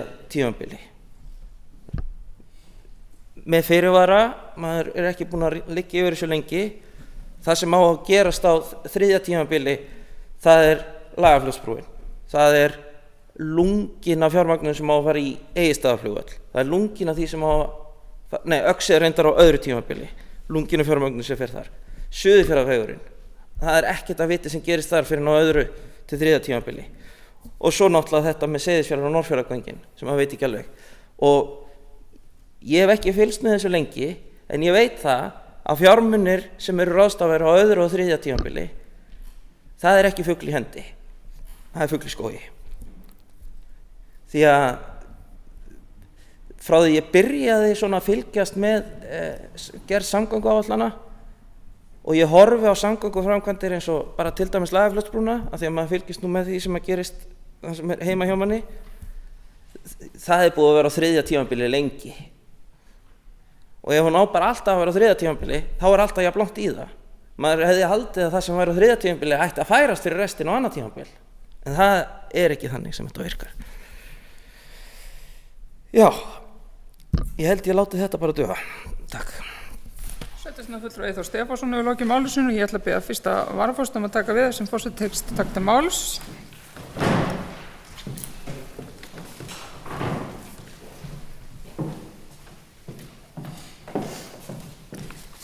Sveitarstjórnarfulltrúi Jóna Brynjarsdóttir beðið orðið, hversu vel. Takk fyrir forseti og annað gott fund og fólk. Það var nú svona löngu verið brandari að koma upp og segja að það búið að segja allt sem ég ætlaði að segja. Ég ætlaði bara að taka undir með ykkur allum. Það samt örlítið þannig, mér langar samt að koma upp og skerpa á vissum punktum. Það þetta með hvernig ætlum við að gera mörg göng í einu. Samgönguáætlun virðist ekki alveg gera grein fyrir því hvað það þýðir að hafa svona mörg göng á svona stuttum tíma og hvað það þýðir. Þýðir það að við náum samfellu gangnagerð á Austurlandi eða verður einhvern tímann 3 göngum í einu, 4 göngum í einu, hvað þýðir þetta? Fer þetta eftir fjármununum, lengd gangnanna? Þetta allt hlutir sem við áttum okkur ekki alveg nógu vel á og þurfum að fá skýrari svör við. Og á sama tíma og ég fagna því að Fjarðarheiðargöng séu fyrstu göngin, þau líka tilbúin og hér höfum við margumrædda svæðisskipulagið á bak við okkur. Ég ætla að segja það hér af því ég held að það sé bara ekki sagt nógu oft. En svæðisskipulag samkvæmt skipulagslögum rétt hærra en aðalskipulag. Þannig að sveitarfélög á Austurlandi eru búin að samþykkja svæðisskipulag sem rétt hærra en þeirra eigið aðalskipulag. Og við megum ekki gera aðalskipulagsbreytingar sem ganga á svig við samþykkt svæðisskipulag. Við bara hafa þetta á hreinu og ég held að sé mjög mikilvægt að við höldum þessu á lofti hvað svæðisskipulag mikilvægt. Að því Austurlandi fyrsti landshluti sem gerir almennilegt svæðisskipulag fyrir utan höfuðborgarsvæðið sem gerir það til að ná utan um sem samgöngumál. Þetta gríðarlega mikilvægt og þetta sá vettvangur sem að SSA hefur stýrt og ég held að sé mjög mikilvægt að við höldum þessu hátt á lofti. Ég get skil og algjörlega hjartanlega sammála áhyggjum með það hvað verður Seyðisfjarðargöng og Mjóafjarðargöng, hvenær koma þau þá og það mjög óskýrt í þessari áætlun og það óheppilegt og skyldi hafa bara komið út í gær af því það hefði verið ofboðslega æskilegt að geta átt vitrænar og góðar samræður hér inn á sveitarstjórnarfundi samgönguáætlun. Ég skil breytingartillögu Eyþórs Stefánssonar en ég ætla samt að segja að ég styð byggðarlagið algjörlega til dáða í því að gera góða umsögn og ég held að sé jafnvel farið betur á því þau hafa fleiri fundi og þau geta dundað sér í þessu og gert þetta vel. Þannig að ég mun styðja það að byggðarlagið geri þessu umsögn. Ég ætla líka að benda á það að heimastjórnirnar skipta miklu máli. Heimastjórnirnar fara með málefni lokali. Þær eiga og verða að sökkva svona í samgönguáætlun, alveg svo sveitarstjórnarfulltrúar og fulltrúar í byggðarráði. Nú þurfum við bara öll að sökkva okkur ofan í samgönguáætlun. Það ekkert allt annað sem gott og það sem við viljum berjast fyrir, verðum að berjast fyrir. En til þess að við getum barist fyrir því, þá verðum við líka að ganga í takt. Það lofar ekkert rosalega góðu með Öxi og við þurfum að fá skýrari svör með til dæmis jarðgöngin, hvernig það myndi líta út fyrir okkur. Ég held að Djúpavogsbúar haldi að Öxi sé að hverfa svolítið í skuggann af Fjarðarheiðargöngum og ég get skilið þá upplifun og ég vil bara ítreka það enn og aftur að Það er ekki þannig í starfsemi hvorki sveitarstjórnar né starfsemi sveitarfélagsins að Öxi sé einhvern veginn í rassvasanum hjá okkur. Hún er það ekki. Hún er ofarlega á blaði og í ferð okkar suður þá var talað hana á öllum okkar fundum af því þetta er alveg jafn mikið mál og þetta skiptir alveg jafn miklu máli Fjarðarárgöng. Þótt að Fjarðarárgöng séu miklu dýrari þá breytir það ekki því að þetta er sama markmiðið að styrkja þetta sameinaða sveitarfélag til þess að vera eitt atvinnusóknarsvæði. Þannig að það er gríðarlega mikilvægt að það sé ekkert slegið af því og ég veit að það verður að skoða sameiningarmál fyrir vestan og þá var þeirra draumur að fá einhverja samgöngur í gegn og ég bara ráðlegg þeim að tala ekki við okkur, ég get ekki gefið góð ráð í því sko. Það tryggir okkur ekki neitt. Þóttu förum í sameiningu þá tryggir okkur ekki nættilega samgöngur. Við þurfum að berjast fyrir þeim á hæl og hnakka og við munum gera það og ætlum að gera það. Við þurfum að ná Öxi algjörlega framar. Ég fagna því að Fjarðarárgöng séu að byrja 25, tíminn lifir ansi hratt, en hins vegar það hefði verið æskilegt að byrja 24, látið það vera. Það er ekkert mikið af framkvæmdum eins og Eyþór Stefánsson sveitarstjórnarfulltrúi hefur bent á. Ég held að sé mikilvægt, eins og við mann nú ekki hver kom inn á það hér áðan, ég held að sé mikilvægt að Samband sveitarfélaga á Austurlandi komi með góða umsögn byggða á svæðisskipulaginu og þeim áherslum sem sveitarfélögin hafa. Ég held að sé líka mjög mikilvægt að sveitarfélögin á Austurlandi komi annarkvort með sameiginlega bókun eða tali áfram í takt eins og verið hefur. Það er okkur mikilvægt að fá samgönguframkvæmdir en það er það líka fyrir Fjarðabyggð að fá Suðurfjarðaveginn. Það er bara alveg svakalega mikilvæg framkvæmd. Við talum nú ekki drauminn að fá göng fyrir Ófirðinga. Það var náttúrulega algjör bomba, svo ég sletti því nú. En ég vildi allavega mér finnst miður við náðum ekki að taka samgönguáætlun hér inn og þetta er viðamikið plagg og við hefum ekki getað, en ég vil allavega hvetja byggðarráð til dáða og hvetja heimastjórnir til að setja sig í gírinn og skoða þetta plagg vel svo okkar umsögn verði verulega góð og faglega unnin og sýni þá áherslur sem við höfum. Brynjarsdóttir hefur lokið máli sínu. Ég er næst á málendaskrá þannig að ég fel forseta aftur stjórn fundarins. Takk. Berglind Harpa Svavarsdóttir, sveitarstjórnarfulltrúi, gjörðu svo vel. Forseti, góðir fundarmenn. Ég vil bara byrja á því að svara fyrirspurn hérna frá Þresti Jónssoni varðandi minnisblaðið. Það kannski kemur ekki nógu glögglega fram út því það kemur bara fram hverja við hittum og hvenar, en að sjálfsögðu ætlaði hann Bjarni Benediktsson að hitta á okkur. Málið var bara að það var ríkisstjórnarfundur í gangi og hann ílengdist klukkutíma lengur. Hann átti að vera búinn 11 en hann var til 12. Þannig að við áttum bókað viðtal klukkan 11:30 og ég vil bara þakka starfsmönnum hans, Nönnu Kristínu og Hrafni fyrir það að hafa tekið á móti okkur og við náðum mjög góðu samtali við það en auðvitað hefði verið mjög mikilvægt að fjármálaráðherra hefði verið á svæðinu.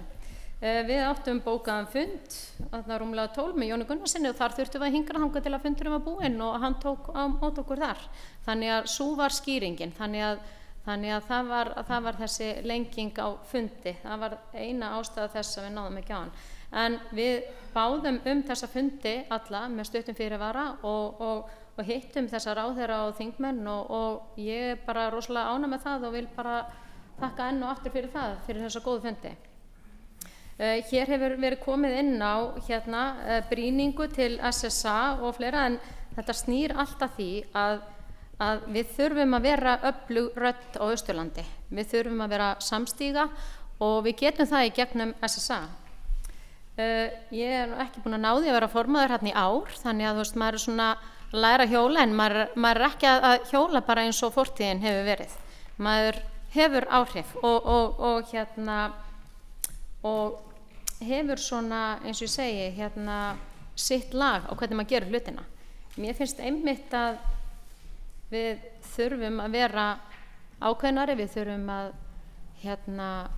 vera bara með söluræðu fyrir Austurland. Austurland hefur bara ekki nógu marga málsvara. Þrátt fyrir að við séum eitt kjördæmi, þá er það náttúrulega alltaf best að hafa sem flesta þingmenn líka, af svæðinu. Og ég tel að við þurfum að bæta þar og ég er svo sem ekki að setja út á aðra þingmenn kjördæmisins en þá vil ég mitt taka undir það að eins og Hildur Þórisdóttir í sveitarstjórnarfulltrúi að koma áðan að maður heyrir rosalega lítið og mér finnst það svona ekki alveg nógu gott. Þannig að ég vil endilega heyra í fleiri þingmönnum og ég tel það sem við getum gert sem fjórðungur eða við getum við þurfum að vera samstíga og við erum það í gegnum SSA, við erum með svæðisskipulagið, það er búið að samþykkja það afhendum við hverjum einasta í okkar ferð suður. Við vinnum eftir því og það er tækifæri núna fyrir sveitarfélög á Austurlandi að gera umsagnir, hvort sem sé sameiginlegu umsögn líka og sýna þennan samtakamátt. Og við höfum séð það í sameinuðu sveitarfélagi Múlaþingi hvað samtakamátturinn gefur okkur. Það er bara þannig. En varðandi gána framkvæmdir og fleira, því að maður hefur náttúrulega ekki lúslesið, þetta er yfir 100 síður sem maður var að reyna að fara í gegnum í gær, en það er bara þannig að það er stefnt að því að vera með fleiri en ein göng í einu. En þetta byggist allt á vinnu þess starfshóps sem er í gangi, bæði á vegum innviðaráðuneytisins og fjármálaráðuneytisins sem er að koma með lausnir varðandi jarðgangafélag og hvernig gjaldskylda á að vera af umferðinni. Þessi vinna er náttúrulega krefjandi, hún þarf að vera hröð og öflug. Það þurfa bara allir sem nýta samgöngur hér, hvort sem það séu erlendi ferðamenn eða bara við öll, hvort sem við séum á rafdrifnu bíl eða ekki, að við verðum öll að borga í púkið til þess að við getum farið í svona öflugar samgöngu framkvæmdir. Það verður náttúrulega alltaf að vera til fjármunur og það hjálpar nú ekki til að það sé svona gríðarleg verðbólga núna. En þetta, maður býður bara eftir líka vinnu þessa starfshóps og ég trúi ekki öðru en að það kemur góð niðurstaða þar og fara svoleiðis að tekka peningarnir hérna inn að það verði flýtt og við förum hraðar í bæði jarðgangagerð og aðra samgönguframkvæmdir. En á Austurlandi þá er það hringtengingin sem við verðum að ná og það er líka gríðarlega mikilvægt eins og fyrir Austurland, það er Suðurfjarðavegur sem er í mjög slæmu ásigkomulagi en eins og með jarðgangaframkvæmdir að auðvitað verðum við að horfa lengra líka og svo komum við að göngum til Vopnafjarðar, gríðarlega mikilvægt. En við verðum bara að tala sem ein heild og við getum gert það algjörlega upprétt og ána með okkur út af því að það er þreytt þegar það er einungis talað íbúa á ákveðnum svæðum eða á Austurlandi, þannig að það verður að tala þá verðmætasköpun sem verður til, þá bara per haus verð ég að segja, út af því og tækifærin með öflugri samgöngum og þá verður til enn meiri verðmætasköpun. Við verðum að hugsa og horfa á málin á þessum vegum. Ég voni ég sé ekki að gleyma að svara einhverju sem var beint í minn en ég held ég sé búin að minn. Takk fyrir. Sveitarstjórnarfulltrúi Berglind Harpa Svavarsdóttir lokið máli sínu. Næstur á mælendaskrá Eyþór Stefánsson.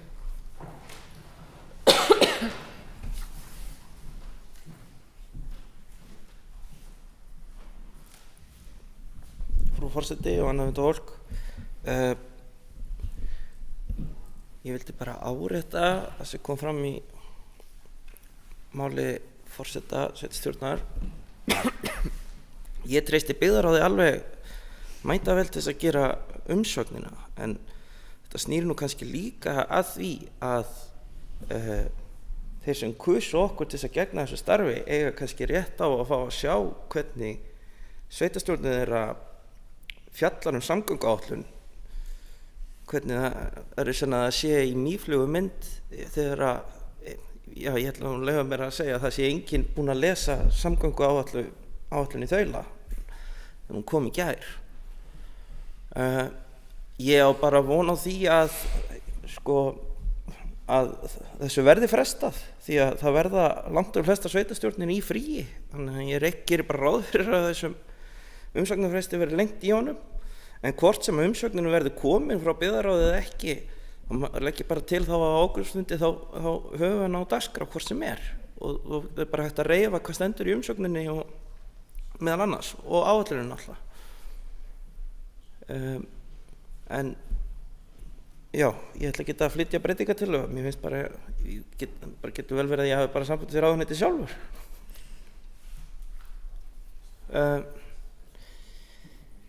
Já, ég ætla að geta að hafa lengra, ég ætla að bara bregðast við þessu. Sveitarstjórnarfulltrúi Eyþór Stefánsson lokið máli sínu. Sveitarstjórnarfulltrúi Helgi Hlynur Ásgeirsson hefur óskað eftir að taka til máls.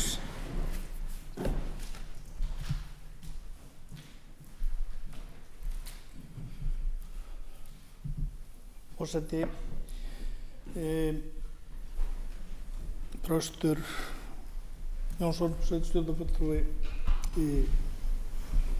voru að tala hafnargerð. Ég get alveg fullyrt að það er ekki mínu nafni að Íslandingar séu að fara að reisa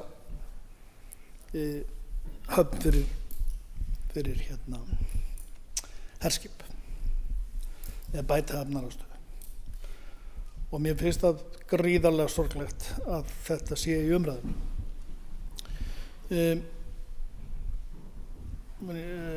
Svona örfáir smápunktar sem hefur dottið í hug undir þessari umræðu. Þröstur talaði líka hann talaði gjarnan loftslagsgyðjuna. Öxi fórn til hennar. Það dregur gríðarlega úr útblæstri við það að öxi verði fær allan ásarsing fyrir alla bíla. Þannig að það það mætti spara milljarð á móti eða eitthvað þar. Ég hins vegar ekki sammála að það sé Þresti að það sé peningum illa varið endilega þessi 77 milljarðar sem eiga að fara í það. Og ég heldur ekki sammála Þresti í því að það sé illa farið með peninga að hjálpa fólki sem í vandastatt vegna þess að þessu stríð eða óáran í þeirra heimalandi. Hins vegar þurfum við kannski ekki að vera að finna peningarna þarna Það er alveg til peningar í þessu landi til þess að gera vegasamgöngur, vegabætur. Og ég held að þetta sé gríðarlega mikilvægt að við fáum það einhvern veginn fram í þessum jarðganga umræðum að þetta sé samhangandi framkvæmd. Því að við, alveg sama hversu oft við segjum það, að það sé full samstaða, hún það í samþykktum, en við vitum alveg að það fólk sem ekki sammála þessu. Það að þetta sé samhangandi, að það sé verið að tengja allt Austurland, það lykillinn að þessari sátt. Við þurfum að hafa þetta samhangandi verkefni, því þannig verður Austurland raunverulega sterkt og raunverulega búsettukostur fyrir fleira fólk. Okkur fjölgar örlítið núna, en íbúum Austurlands hefur ekki fjölgað mjög mikið síðustu áratugi. Jafnvel þó við höfum fengið álver og séum með mest allan kvótann í uppsjávarfiski og svo framvegis. Þá fjölgar okkur bara voða lítið. Jarðgöng eru mjög stór hluti af því að bæta lífsskilyrðin svo okkur geti fjölgað, en það eiga að vera fleiri hér. Þau þurfum ekkert annað en að horfa út úr gluggann að það ansi margir að missa af miklu með því að hýrast þarna í súldinni fyrir sunnum. Og svo að lokum þá af því að Þröstur Jónsson svo oft með bókmenntatilvitnanir og ég var að tala Sturlun áðan, þannig að nú ætla ég að vitna í Ástrík og Kleópötru. Rómverjar eru klikk. Bókmenntatilvitnun ekkert síður en hjá Þresti. Takk. Sveitarstjórnarfulltrúi Helgi Hlynur Ásgeirsson hefur lokið máli sínu og mælendaskrá tæmd. Nei, það hún ekki. Sveitarstjórnarfulltrúi Ívar Karl Hafliðason gjör svo.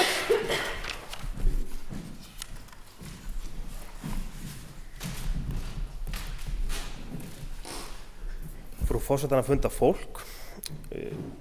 Ég horfin til þess að við erum að ræða fjarðargöng og erum að horfa á jarðgangaáætlun, jarðgangahluta samgönguáætlunar, og það náttúrulega stóra atriði að þetta ekki fullt fjármagnað, menn að vinna í því, og ég held að það sé eitthvað sem við sem sveitarfélag og kjörðu fulltrúar þurfum að fylgja vel eftir, að menn klári þá vinnu, að menn fari þá af stað því að það nú kannski svona stóra, það skiptir ekki máli í hvað rauðhlutirnir eru ef ekkert gerir sko, þá það nú kannski eitthvað sem skiptir ekki öllu. En svona ef við horfum á annað, svona í fljótu bragði sé að mér finnst bæði í nýframkvæmdum á vegum, það á það 13 milljónir á ári og því eitt mjög litlu mæli hérna fyrir austan.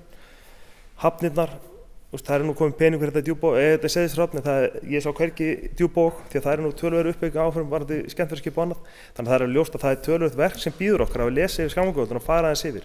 Og ég vil líka bara hvetja, ekki bara endilega sveitarstjórn eða byggðarráð eða við erum að tala um SSA, ungmennaráð, það bara alls konar aðilar sem hefði bara mjög hollt af því að þetta gríðarlegt hagsmunamál fyrir landsbyggðina. Og það nú kannski það svona sem stingum mann dálítið í augun. Það eru í þessari samgönguáætlun 200 milljarðar í svokallaðan samgöngusáttmála Reykjavíkurborg. Og það lítið talað um að menn séu ekki allir sammála sko. Ég held að menn þurfum ekkert að hlusta neitt rosalega vel að segja að það bara engin sammála. Og 200 milljónir kannski helmingurinn af kostnaðinum sem reiknað með sko. Þannig að en einhvern veginn þegar kemur að því að gera eitthvað á landi sko, þá oft verið að dæla það með sér ekki alveg allir sammála sko. Það sé einhvers staðar menn yfirleitt komnir yfir miðan aldur, búsettir í Fjarðabyggð sem ekki alveg sammála. Það kannski ekki stóra myndir sko, menn eru bara alveg sem mjög sammála. Hvað segir maður? Samgöngur skipta okkur á landsbyggðinni miklu máli og mér finnst bara því miður þessi samgönguáætlun, sérstaklega á næsta árum, hún nær bara rosalega stutt út frá Suðvesturhorninu. Þar fara allir stóru peningarnir. Við hérna á Austurlandi, við búum þá til, en við fáum lítið aðeins. Takk.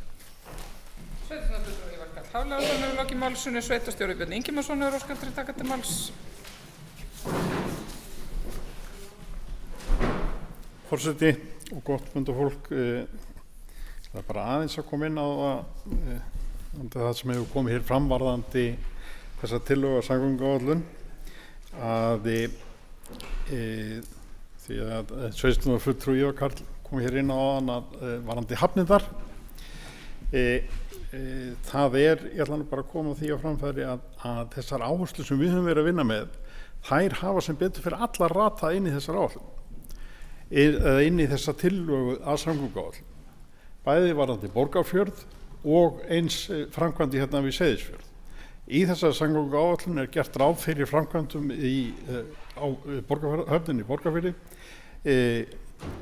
á næsta ári og þar næsta ári og þar næsta ári verða framkvæmdir hefjast framkvæmdir 26 hefjast framkvæmdir við stækkun hafnanna á Seyðisfirði og á næsta ári eru framkvæmdir líka í gangi á Seyðisfirði hafnarframkvæmdir sem við lögðum mikla áherslu á að myndu ratin á áætlun og það hefur gert og það í þessari tillögu. Og það bara ágætt að því sé til haga haldið sko, að þarna það sem við höfum verið að leggja áherslu á, það komið þarna inn varðandi hafnarframkvæmdirnar. Hvað Djúpavogshöfn varðar, þá erum við bara ekki komin að það stig að við séum komin að það langt skipulagslega að það sé hægt að gera ráð fyrir þessu inn á samgönguáætlun. En það byrjað að hafin vinna við það að koma því skipulega á og vinna með hafnarsviði vegagerðarinnar og ég hef fulla trú á því að við munum finna því leið inn í langtíma samgönguáætlun þegar að sú vinna verður komin á stað. En ég bara mjög sáttur við það sem að þessar áherslur varðandi hafnarframkvæmdirnar sem hafa ratað inn í þessa tillögu. Það eru algjörlega í takt við það sem að við höfum verið að leggja áherslu á. Takk. Sveitarstjóri Björn Ingimarsson hefur lokið máli sínu. Fleiri eru ekki á mælendaskrá. Þröstur Jónsson sveitarstjórnarfulltrúi. Gjörðu svo vel.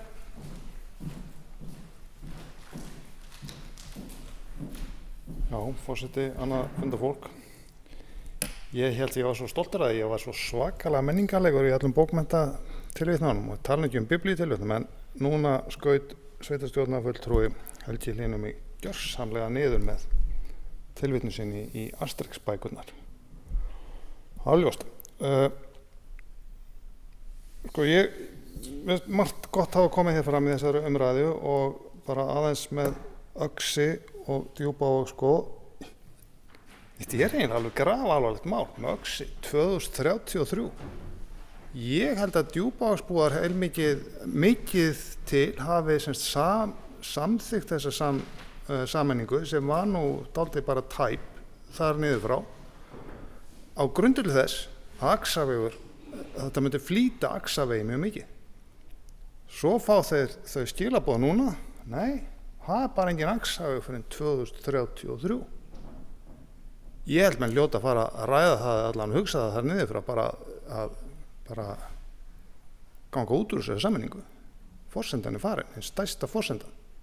Þannig að mér finnst þetta bara mjög alvarlegt mál ef þetta í samgönguáætlun. Ég nú ekki búin að skoða hana nákvæmlega frekar en aðrir hér inni. En ljótt þykir mér ef það á að vera þarna. Sérstaklega ef að, með tillit til þess að það sem við sveitarstjórnarfulltrúi Helgi Hlynur erum sammála að menn ætla í jafnstóra framkvæmd viðlegukant fyrir amerísk herskip í Helguvík. Ég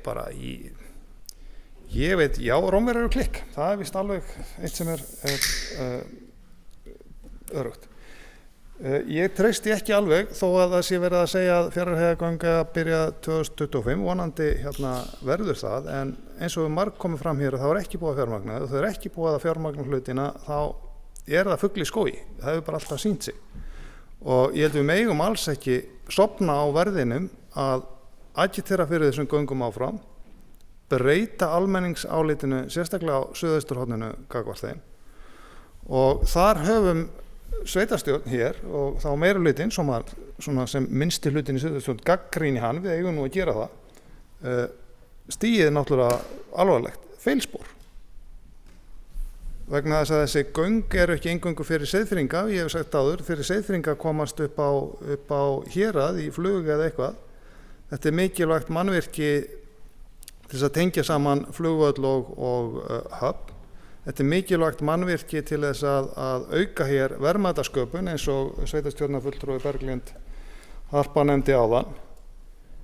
En því miður var það feilspor stigið að vegurinn var ekki tekin í Hreyrarsmegin frá göngum og niður í Egilsstaði eða niður að flugvöll svo kallaða norðurleið, heldur var að fara með veginn eins og Fljótsdælingar segja þegar hann kom til okkar. Þess að hann var farin hér suður fyrir og liggur eiginlega bara beint inn í Fljótsdal.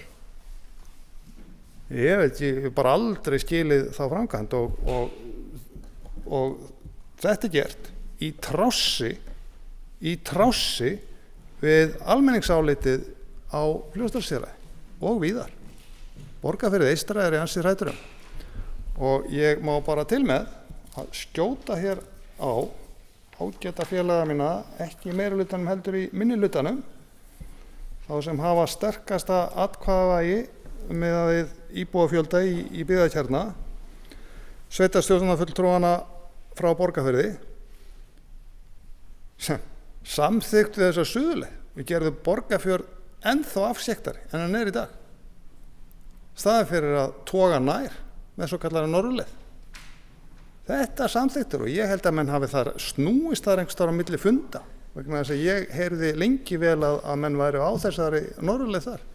Ég veit ekki hvað gerðist með þá borgfisku fulltrúana en það skrítið þegar menn þannig vinna í rauninni gegn samfélaginu sem menn eru kjörnir fyrir. En ég held ekki að hafa fleiri orð það. Ég þakka sveitarstjórnarfulltrúa Berglindi fyrir svarið við fyrirspurn minni en mér finnst það samt skrítið að það skyldi þá gera fundin annar fundartími eða eitthvað slíkt og ég held að þetta hefði verið lang mikilvægasti fundurinn við fjármálavaldið sem þarf jú að greiða fyrir brúsann. En vonandi verða þessi Fjarðarheiðargöng og við þurfum ekki það væri nú þetta vonandi. Að við erum öll svo trúð að við getum bara sagt Fjarðarheiði steypist þú í hafinn. Ég ætla að enda þessa ræðu mín á því að segja annað vegna þess að mér finnst yfir þessu öllu í stjórnarfarinu í dag. Það er svona framkvæmda leysis andi yfir öllu og ég ætla bara að enda þessa tölu mína með því að segja framkvæmda leysis andi, steypið þú þér í hafið og komið Fjarðarheiðargöng. Takk. Sveitarstjórnarfulltrúi Þröstur Jónsson hefur lokið máli sínu. Mælendaskrá er tæmd. Ég ætla þá að taka tillöguna fyrir, ég ætla ekki að lesa hana upp aftur, hún var lesin hér í upphafi liðar og ef engin mótmælir því þá ætla ég að bera tillöguna upp. Þeir sem samþykkja tillöguna réttu upp hönd. Samþykkt samhljóða, við erum þá komin í lið númer 4. Aðalskipulagsbreyting Egilsstaðir miðbær. Fyrir liggur bókun frá fundi umhverfis- og framkvæmdaráðs Múlaþings dagsett 22. maí þar sem aðalskipulagsbreyting vegna miðbæjar Egilsstaða var til umfjöllunar. Eftirfarandi tillaga liggur fyrir fundinum að tillögu umhverfis- og framkvæmdaráðs samþykki sveitarstjórn Múlaþings fyrirliggjandi skipulagsáætlun varðar breytingu á aðalskipulagi Fljótsdalshéraðs 2008 til 2028 fyrir miðbæ Egilsstaða og felur skipulagsfulltrúa framkvæmd málsins. Ég ætla að opna mælendaskrá undir þessum lið ef einhver vill taka til máls.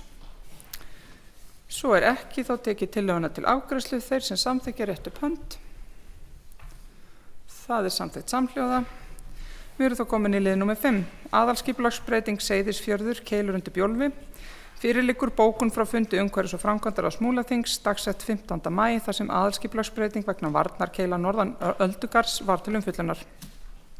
Eftirfarandi tillaga liggur fyrir fundinum að tillögu umhverfis- og framkvæmdaráðs samþykki sveitarstjórn Múlaþings fyrirliggjandi skipulags- og matslýsingu auk vinnslutillögu fyrir breytingu á aðalskipulagi Seyðisfjarðarkaupstaðar 2010 til 2030 vegna varnarkeila norðan Öldugars verið kynnt í samræmi við 2. málsgrein 30. greinar skipulagslaga nr. 123/2010. Skipulagsfulltrúa falin framkvæmd málsins. Ég ætla að opna mælendaskrá undir þessum lið. Það engin sem kveður sér ljós og þá tekið tillöguna til afgreiðslu. Þeir sem samþykkja tillöguna réttu upp hönd. Samþykkt samhljóða. Við erum þá komin í lið númer 6. Aðalskipulagsbreyting Seyðisfjörður Fjarðarheiðargöng. Fyrir liggur bókun frá fundi umhverfis- og framkvæmdaráðs Múlaþings dagsett 5. júní þar sem aðalskipulagsbreyting vegna Fjarðarheiðargangna var til umfjöllunar. Eftirfarandi tillaga liggur fyrir fundinum að tillögu umhverfis- og framkvæmdaráðs samþykki sveitarstjórn Múlaþings fyrirliggjandi tillögu að lagfæringu á skipulagsgögnum vegna breytingu á aðalskipulagi Seyðisfjarðarkaupstaðar 2010 til 2030 fyrir Fjarðarheiðargöng. Skipulagsfulltrúa falin framkvæmd málsins.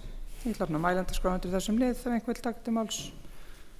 Svo ekki, ég tek þá tillöguna til afgreiðslu. Þeir sem eru samþykkir réttu upp hönd. Samþykkt samhljóða. Við erum þá komin í lið númer 7. Rammahluti aðalskipulags Stuðlagil. Fyrir liggur bókun frá fundi umhverfis- og framkvæmdaráðs Múlaþings dagsett 5. júní þar sem rammahluti aðalskipulags vegna Stuðlagils var til umfjöllunar. Eftirfarandi tillaga liggur fyrir fundinum. Í ljósi þeirra athugasemda sem fram hafa komið frá landeigendum samþykki sveitarstjórn Múlaþings að vísa rammahluta aðalskipulags Stuðlagils aftur til umhverfis- og framkvæmdaráðs til frekari efnislegri skoðunar. Ég ætla að opna mælendaskrá undir þessum lið ef einhver vill taka til máls. Sveitarstjórnarfulltrúi Helgi Hlynur Ásgrímsson, gjörðu svo vel.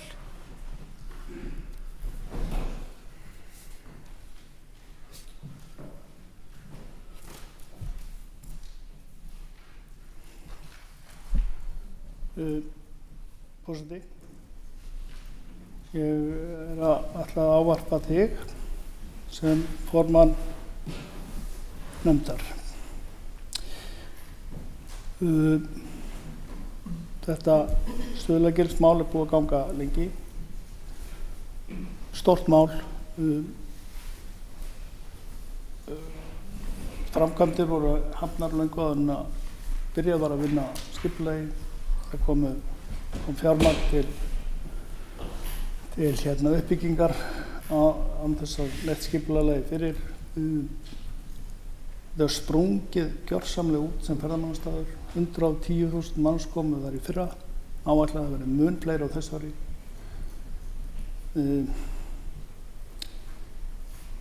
Já, og það ekki líkur á að þetta muni neitt minnka næstu ár. Vöxtunum verði áfram. Jafnvel veldisvexti. Og ég hérna með nokkrar spurningar. Af hverju var skipulagsskilmálum breytt skipulagsskilmálum breytt í skipulagsviðmið í tillögunni? Það að segja skipulagsskilmálar eru svona almennt hafa lítið lögformlegt gildi, eru svona viðmiðun hvernig já, ég fekk ábendingu það að ég væri fram af mikrofónum. Já, hafa mjög lítið gildi í svona skipulagi, þannig að meðan að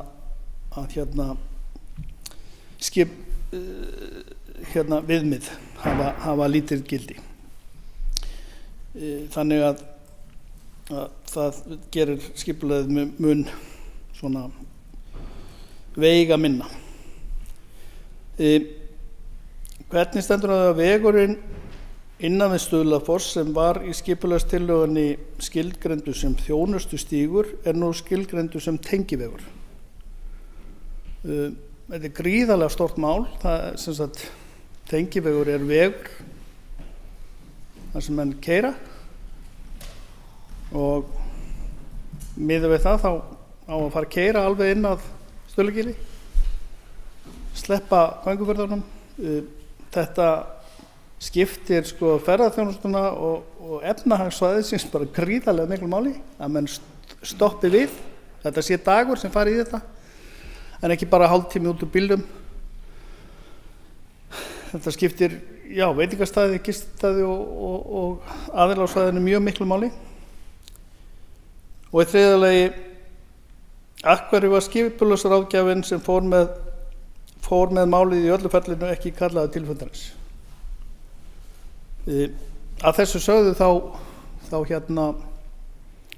tek ég undir bókunina. Gott að vísa þessu aftur til nefndarinnar og ég veit að þetta er flókið mál, þetta er erfitt mál. Það er menn er ekki alveg á eitt sáttir þannig að sitt hvorum megin við gilið og sitt sýnist hverjum og skoðanirnar ansi sterkar en í mínum huga þá er tillagan sem var lögð fram ansi miklu verri heldur en sú sem upphaflega kom fram.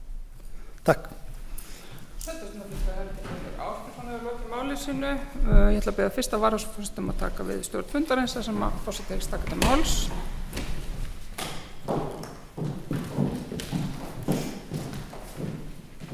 Sveitarstjórnarfulltrúi Jónína Brynjarsdóttir beðið maður ekki svo. Forseti og gott fundafólk. Ég vil þakka Helga Hlín Ásgeirssyni sveitarstjórnarfulltrúa þessar fyrirspurnir. Ég ætla að vona að ég náði að svara þeim öllum. Það er þannig að skipulagsráðgjafar ekkert endilega kallaðir til og eru bara yfirleitt ekki kallaðir til. Þeir eru starfsmenn fyrir þá sem vilja láta vinna skipulagið. Þannig að það þykir ekkert eðlilegt að fá endilega skipulagsfulltrúa og við í umhverfis- og framkvæmdaráði fáum yfirleitt ekki skipulagsráðgjafa og höfum ekki fengið að mér minnir bara í talsvert tíma, bara ekki síðan á síðasta kjörtímabili og það er sökum þess að þeir eru að vinna fyrir þá sem að þurfa að láta gera skipulagið fyrir sig sem í þessu tilfelli eru landeigendur sem að standa Stuðlagili. Skipulagsfulltrúinn hvað honum finnst á í raun og veru ekki skipta máli í heildarmyndinni það heldur þeir sem eru að kaupa þjónustuna af honum sem útskýrir það af hverju við fengum ekki skipulagsráðgjafann inn á fundinn hjá okkur. Hvað umhverfis- og framkvæmdaráð gerir þegar það tekur málið til sín aftur hvort að fái landeigendur á fund eða hvernig við vinnum með samtalið áfram eitthvað samtal sem verður rætt bara á undirbúningsfundi hjá mér á morgun hvað var það umhverfis- og framkvæmdaráð. Ég reikna með að verði einhvers konar samtal við landeigendur. Í hvernig formi það verður ekki bara óvíst en það verður til staðar og hvort að skipulagsráðgjafi verði með eða ekki búið að taka ákvörðun en ég reikna með að sú ákvörðun verði tekin þá á morgun það. Nú, tengivegurinn samkvæmt núgildandi aðalskipulagi. Það bara svoleiðis. Þess vegna kemur til þessi athugasemd. Það hins vegar hafa komið ábendingar frá landeigendum eins og bókun gefur til kynna þannig að við munum endurskoða það að það sé í raun og veru stígur og það partur af því samtali sem við ætlum að eiga við landeigendur og þurfum að skoða betur hjá okkur. Og varðandi skipulagsskilmála, það þannig að aðalskipulag rétt herra en deiliskipulag eins og við þekki. Aðalskipulag tekur yfirleitt ekki á mjög dítelum hlutum. Aðalskipulag tekur á mjög grófum hlutum. Það að gera rammahlutaskipulag fyrir svona með mjög nákvæmum upplýsingum eru miklu frekar þættir sem snúa að hönnun heldur en hreint og klárt skipulagi. Með því að setja skipulagsskilmála þá erum við líka samanskap að segja já, þá ætlum við sem sveitarfélag að hafa eftirlit með því. Þannig við þurfum að hafa það svolítið á hreinu hvað við erum að samþykkja af því að við erum líka að binda sveitarfélagi til eftirlits með því sem að framkvæma á. Þannig að það þau rök sem að höfðu voru í huga þegar umhverfis- og framkvæmdaráð afgreiddi þetta og það var samhljóma afgreiddi umhverfis- og framkvæmdaráð. Það hefur samtalið inn í ráðinu hefur verið mjög gott í kringum þetta mál og ég reikna með bara að það verði áfram. Þú kemur inn á það að þetta svona kannski sérstakt mál og það það. Við erum bara að reyna að vanda okkur, við erum að reyna að gera hlutina rétt og passa okkur. Ég ætla að vona að ég hafi náð að svara öllu því sem að þú hefur komið hér inn á.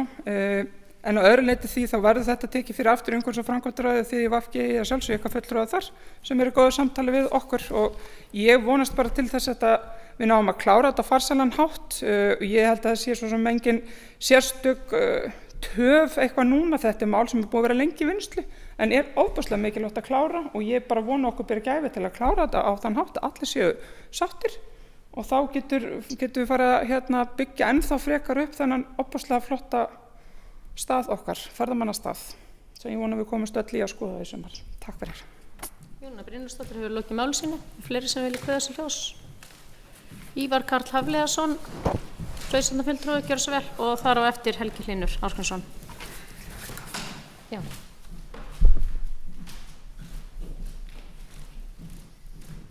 Frú forsetinn að funda fólk. Ég held að hluti af þessum atvinnustöð landa þetta hafi verið út af voðalega litlu. Það er alveg rétt í Jónu Brynjarsdóttur að þegar með fór að samkvæmt rammahluta aðalskipulagsins þá átti tengijónu verið inn að Stuðlafossi en svo þjónustustígur sem þá notið til aðkoma fyrir björgunarna meðal annars og aðra alveg inn að Eyvindará.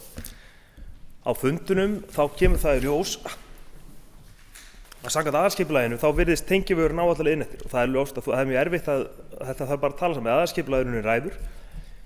Þar verða síðan einhver samskipti sem verða til þess að þetta svona vittur dálítið upp á sig en ég held að sé bara mjög fín lausn að þetta fari bara tilbaki í vinnslu en það er alveg ljóst að ástæða fyrir að menn voru þetta svona að reyna að auglýsa rammahluta aðalskipulags og svo deiliskipulagin var það að menn voru vonast til að geta hleypt þetta framkvæmdum af stað.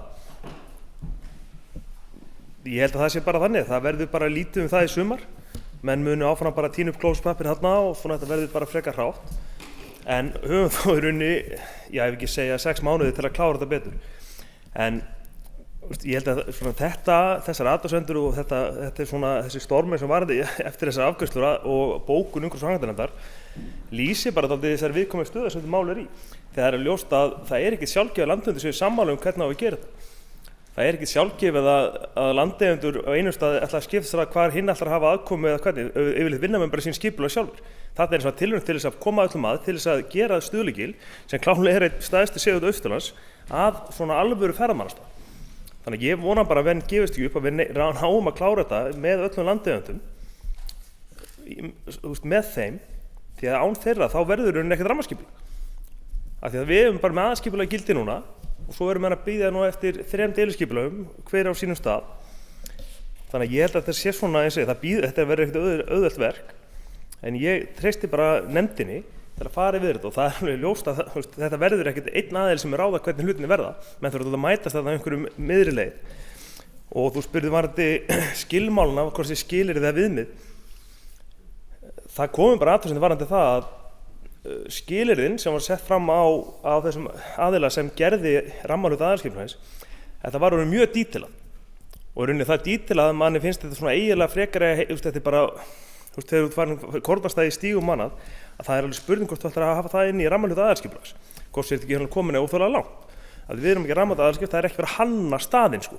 Það er gert í deiliskipulagi svo bara í arkitekt, það er leiðandi, þannig að ég skil alveg svona, hvað sem maður, margar hliðar sem máli og maður hefur svona ákveðna samúð með öllum aðeim en það er ljóst að nefndin þarf á einhver tímapunkti að bara klára þetta og það verður, ég held bara svona þannig að allir verði álíka ósáttir, ég held að það sé bara best að lýsa það þannig.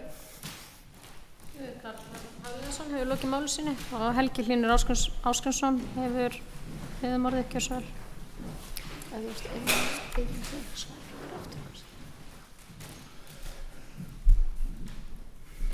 vel. Já, sko, ég skil alveg að mann sé vandi á höndum út af þessari kornastærð, sko, og stígum, en það er pínu, sko, ég veit ekki, það er svolítið, sko, róttæk aðgerð að vegna þess að það er einhver atriði í skipulaginu sem eru svo dítellegur að menn vilja ekki gangast undir það, að það bara, þetta er bara svona viðmiðunarplagg. Það er mjög róttækt, sko, Það er mjög stór breyting á því annarkvort að vera með sko einhvers konar viðmiðunarplagg eða alvöru skipulag. Og ég er búinn að heyra þessi rök áður og kornastærðir í stígum sko, og auðvitað er það er ekki gáfulegt aðskipulag sko. En það er rosalega vont ef það þarf að verða niðurstaðan að menn sé bara, það sé ekkert skipulag, það sé bara svona, þetta er bara svona viðmið vegna þess að það sé einhver hlutar af því of detaileraðar. En ég ætla nú ekki að hafa fleiri orð þetta. Þetta er svona pínu eins og vegalagningar í kringum frá göngum eða eitthvað. Þetta er svona svolítið sterkar tilfinningar sem ég ber ekki alveg skynbragð á sko, en já, ég vona að þið náið að breyta þessu þannig að þetta verði meira mark á þessu skipulagi takandi, heldur en bara skipulagsviðmið. Takk. Helgi Hlynur Ásgeirsson hefur lokið máli sínu. Jónína Brynjarsdóttir hefur beðið orðið ekki svo. Forseti og gott fundafólk. Þetta er fín umræða hér.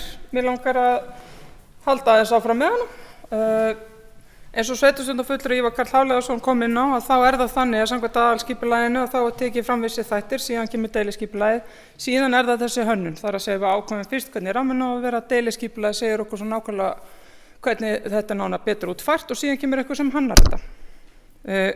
Það er það sem við erum með í höndunum hér. Ég ætla að setja einn varnagla hér við í þessari umræðu. Sennilega vitum við það öll að uppbygging á þessum ferðamannastað mun ekki fara fram með öðru móti heldur með ríkulegum styrk frá ríkinu gegnum framkvæmdasjóð ferðamannastaða. Við gerum ekki ráð fyrir að landeigendur frá né sveitarfélagið hafi burði í það að byggja þarna upp ferðamannastað nema með aðkomu framkvæmdasjóðs ferðamannastaða. Framkvæmdasjóður ferðamannastaða er þannig sjóður að hann úthlutar ekki nema tillögur séu í samræmi við skipulag. Þá erum við bæði að tala skipulag sem telst vera aðalskipulag og deiliskipulag, en líka þá bara í samræmi við það skipulag og það samkomulag sem menn hafa gert sér hönnun áfangastaða. Hönnun áfangastaða er kannski ekki alveg að sama skipulagsmál. Þegar að farið var í hönnun áfangastaðar eins og Goðafossi, þá voru landeigendur þar ekki í góðum samskiptum og þá lá við að sveitarfélagið vann þar deiliskipulag, lét vinna hönnun sem var ekki partur af skipulaginu, heldur bara hönnun, og úr var að þar var byggt alveg glæsilegu ferðamannastaðir. Þarna er verkefni sem að fær fjármuni frá ráðuneytinu og unnið er af Austurbrú sem heitir hönnun áfangastaðarins Stuðlagils. Við erum að hafa það í huga að við erum að hanna þarna áfangastað og landeigendur eru sjálfir að koma sér saman þetta. Við í raun og veru, ég svolítið sett spurningamerki við það hvort að við ætlum þá að setja skilyrði á eitthvað sem þau sjálfur eru búin að koma sér saman að þau vilji. Mun þetta mál standa og falla með því að þetta sé skilyrði eða viðmið? Þetta er það samkomulag sem þau eru búin að koma sér saman Við gætum kallað þetta kannski reglur eða þetta er hönnun áfangastaða. Þetta er meira og það er samkvæmt gögnunum þá sjáu þið það er aðalskipulagsbreytingin, það er kortið og síðan er rammahlutaskipulagið sem er svona þessi hönnun og þáttur. Auðvitað göngum við út frá því að landeigendur sendi þetta inn þegar þeir sækja í framkvæmdasjóð ferðamannastaða. Mér finnst mjög líklegt að framkvæmdasjóð ferðamannastaða muni meira segja ætlið þið núna að gera eitthvað sem er ekki í samræmi við skipulagið eða það samkomulag sem þið landeigendur hafi gert. Þannig að ég ætla ekki alveg að segja að þetta sé kannski aðalatriði og það hangi og falli og standa allt og falli með þessu. Ég held að sé bara mikilvægt að við tökum þetta bara til umræðu í nefndinni. Hvað er markmiðið með því að sé skilyrði? Hvað er markmiðið sé hönnunarviðmið? Er einhver önnur orð sem er hægt að nota? Á þetta við vissa þætti og aðra ekki? Af því að það hvernig við hönnum hlutina og þau eru búin að koma sér saman það að hanna hlutina svona, þá eru þau búin að koma sér öll saman það. Þau eru öll búin að vera að vinna þetta. Þannig að mér langaði bara svona aðeins að koma því að þetta er sannarlega þeirra. Takk fyrir. Jónína Brynjarsdóttir hefur lokið máli sínu og Ásrún Mjöll Stefánsdóttir hefur beðið orðið. Gjörðu svo vel. Ég fel forseta aftur stjórn fundarins.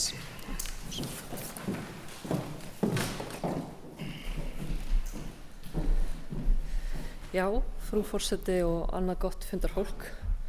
Ég kannski vil bara koma hérna upp til að í rauninni fagna því, bæði sem sveitarstjórnarfulltrúi hér og fulltrúi Vinstri grænna í umhverfis- og framkvæmdaráði, að þetta virki svona.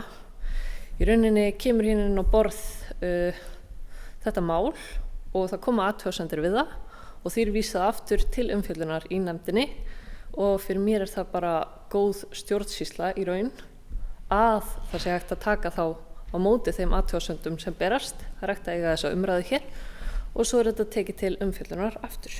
Það er raun ekki meira. Takk. Fulltrúi Ásrún Mjöll Stefánsdóttir hefur lokið máli sínu. Eru fleiri sem vilja taka til máls? Sveitarstjórnarfulltrúi Trausti Jónsson, gjörðu svo vel.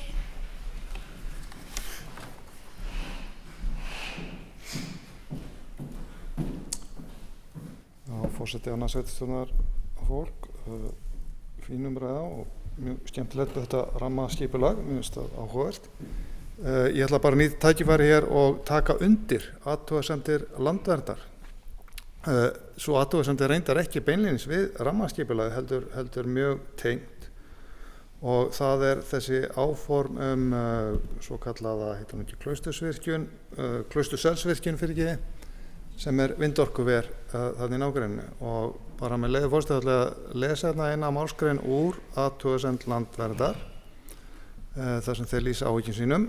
Ljóst er að bygging vindorkuvers á svæðinu myndi setja rammaskipulag allt í fullkomið uppnám þar sem upplifun gesta yrði með allt öðrum og neikvæðum hætti þar sem áformað risa vindorkuver, svonefnd Klaustursvirkjun, myndi tróna yfir Stuðlagili og allri aðkoma að svæðinu og innan þess. Það er því eindregin og vinsamleg ósk landverndar að sveitarfélagið Múlaþing veiti ekki slíku verkefni brautargengi sem myndi ógna öllum þeim metnaðarfullu markmiðum sem rammaskipulagið hefur að geyma. Ég ætla að taka fullshugar undir þessar athugasemdir eða þessa athugasemd landverndar og mun heilshugar á fundum og í framhaldinu styðja hana og alfarið vera á móti uppbyggingu vindorkuvers þarna sem annar staðar í sveitarfélaginu. Takk.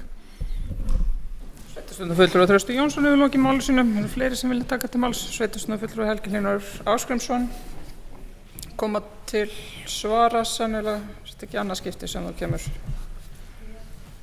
Já, ég er að segja þetta er þriðja. Þú ert að koma til svara. Stutt athugasemd, já. Stutt svar. Já. Og er ég þá búin að gleyma hverju ég ætla að svara? Þá er það sennilega ekki verið merkilegt. Það er mín reynsla að ef maður gleymir því sem maður ætlar að segja þá var það ekki merkilegt. Nei, sko, það var í sambandi við Stuðlagil að trú þín á framkvæmdasjóð ferðamannastaða.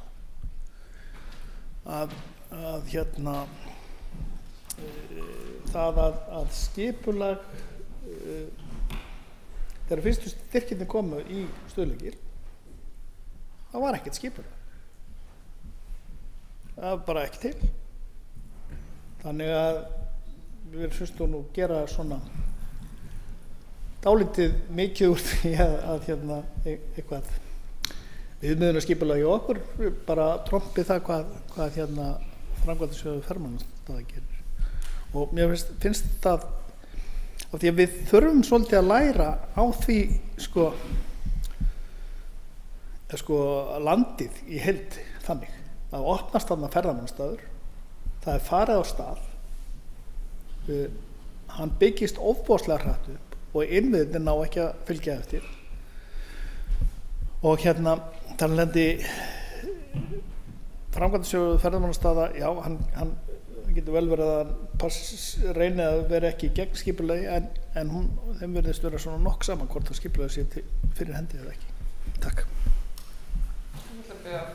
Helgi Hlynur Ásgrímsson hefur lokið máli sínu. Ég ætla að biðja fyrsta varaforseta að taka við. Forseti hyggst taka til svara.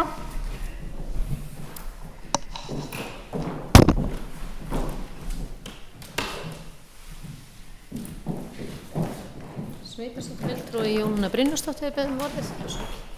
Það var freistandi að sleppa því að svara forseti, annað fundafólk. Nú er ég eins og þú, ég reiði ekki um mig, ég verð að svara. Sannarlega það svo að þegar fyrstu styrkirnir komu í Stuðlagil þá var þetta ákvæði ekki í reglum framkvæmdasjóð, en var breytt mjög fljótlega og núna svo ég vitni hér í með leyfi forseta, reglugerð framkvæmdasjóð ferðamannastaða, þá kemur hér skýrt fram styrka verkefni eru til uppbyggingu viðhalds, framkvæmda og undirbúnings. Framkvæmdasjóður ferðamannastaða leggur áherslu á að veita styrki til varanlegra langtíma lausna sem byggja á vandaðri hönnun.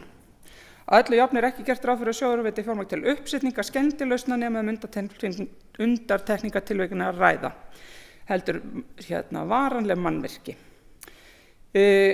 Síðan eru veittir styrki til undirbúnings- og hönnunarvinnu sem hefur verið gert með sérstaku styrk frá ráðherra.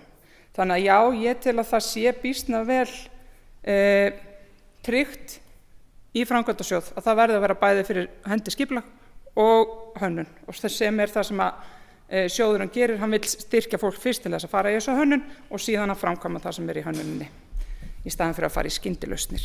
Bara svo ég svari því. Takk fyrir. Jóna Brynjarsdóttir hefur lokið máli sínu. Eru fleiri sem vilja kveðja sér hljóðs undir þessu leið? Ekki hafa fleiri kveðja sér hljóðs. Ég fel forseta aftur stjórnfundarins.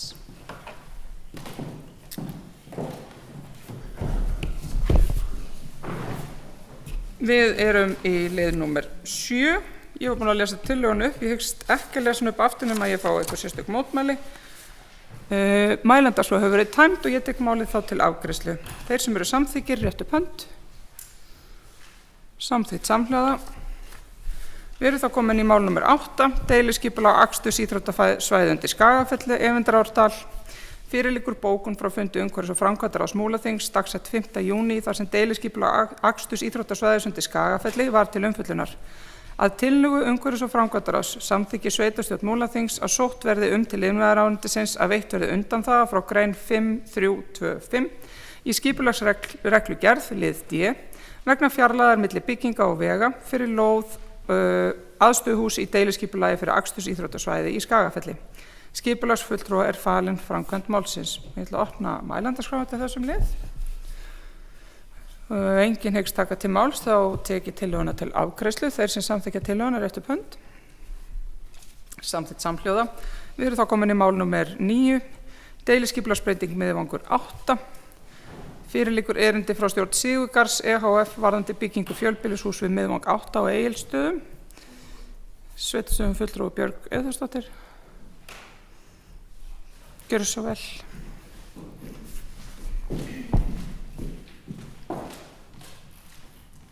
Já, frú forseti, gott fundafólk. Ég ætla undir þessum lið að vekja athygli á mögulegu vanhæfi mínu við afgreiðslu málsins.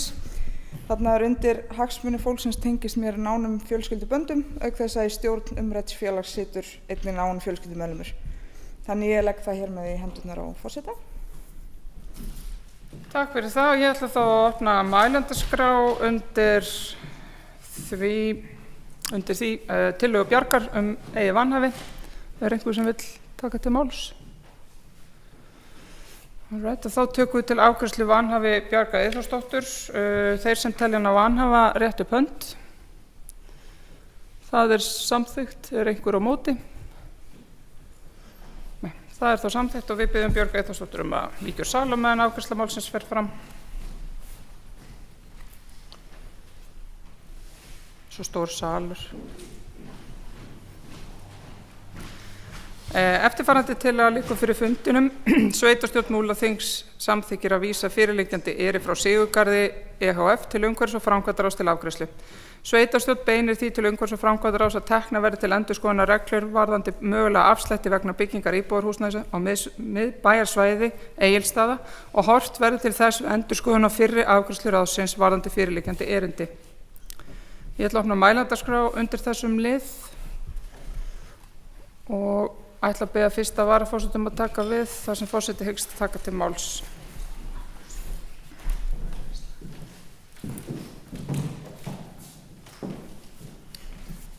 Sveitarstjórnar fulltrúi Jóna Brynjarsdóttir, þegar maður ekki að svar. Forseti og gott fundafólk. Mig langaði aðeins að koma fram undir þessum lið. Það þannig að við erum með nýtt deiliskipulag fyrir miðbæinn og þar fjöldi lóða sem við höfum verið að auglýsa undir nafninu Straumur. Það hefur lítið verið beðið lóðir á þessum stað og við erum að reyna að koma þessum bolta rúllandi af stað og við teljum mikilvægt að skoða í því samhengi hvort að umhverfis- og framkvæmdaráð ætti að velta upp einhverjum mögulegum afsláttum, dýptarafsláttum á lóðum með einhvers konar annars konar afsláttum til þess að reyna að hraða uppbyggingu íbúðarhúsnæðis á miðbæjarskipulagi eða á miðbæjarsvæðinu. Og ég tel því að þessi tillaga sé með ágætum. Það er þannig að beiðni Sigurgar sem áður hefur verið afgreidd að það eru ekki dýptarafslættir á miðbænum, þannig að það er bara ekki veittir samkvæmt okkar reglum og ég held að sé alveg ástæða til að endurskoða það hvort að við eigum að veita dýptarafslætti í miðbænum, sérstaklega með tilliti til þess að það hefur nú ekki verið margir sem hafa viljað fara í það að byggja í miðbænum, þannig að ég held að þetta sé fínt skref og við svolítum þá bara skoða það að setja einhvers konar reglur bæði dýptarafslætti og þá mögulega einhverja tímabundna afslætti til þess að reyna að flýta uppbyggingu miðbæjarins. Takk fyrir. Jónína Brynjólfsdóttir hefur lokið máli sínu. Sveitarstjórnarfulltrúi Ívar Karl Hafliðason hefur beðið orðið. Ég fel forseta aftur stjórnfundarins.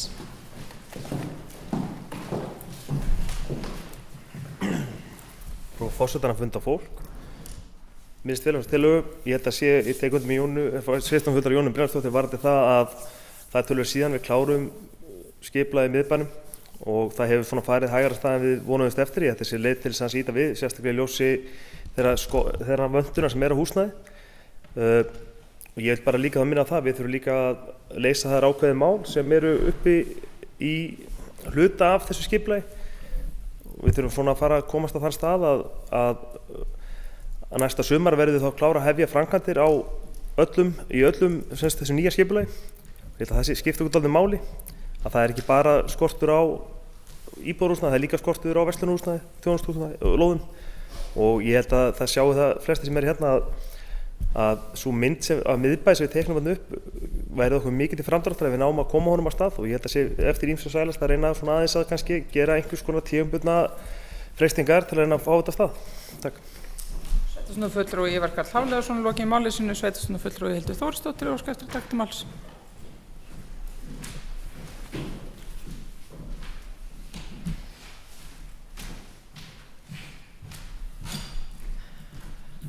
Forseti, ágæti fundarmenn.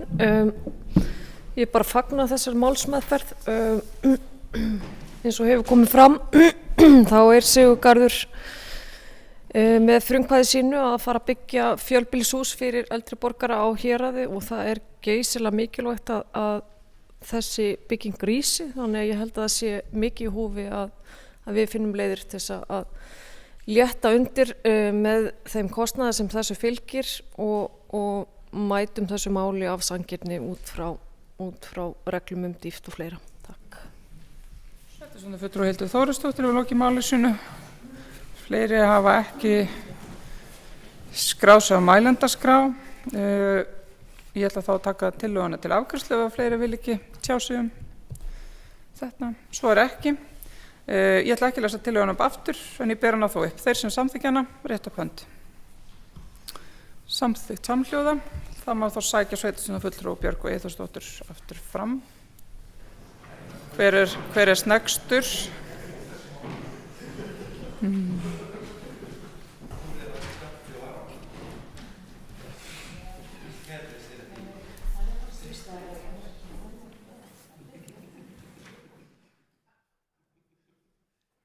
Ég sé að þarna ekki við Björg en ég held við höfum týnt á þresti.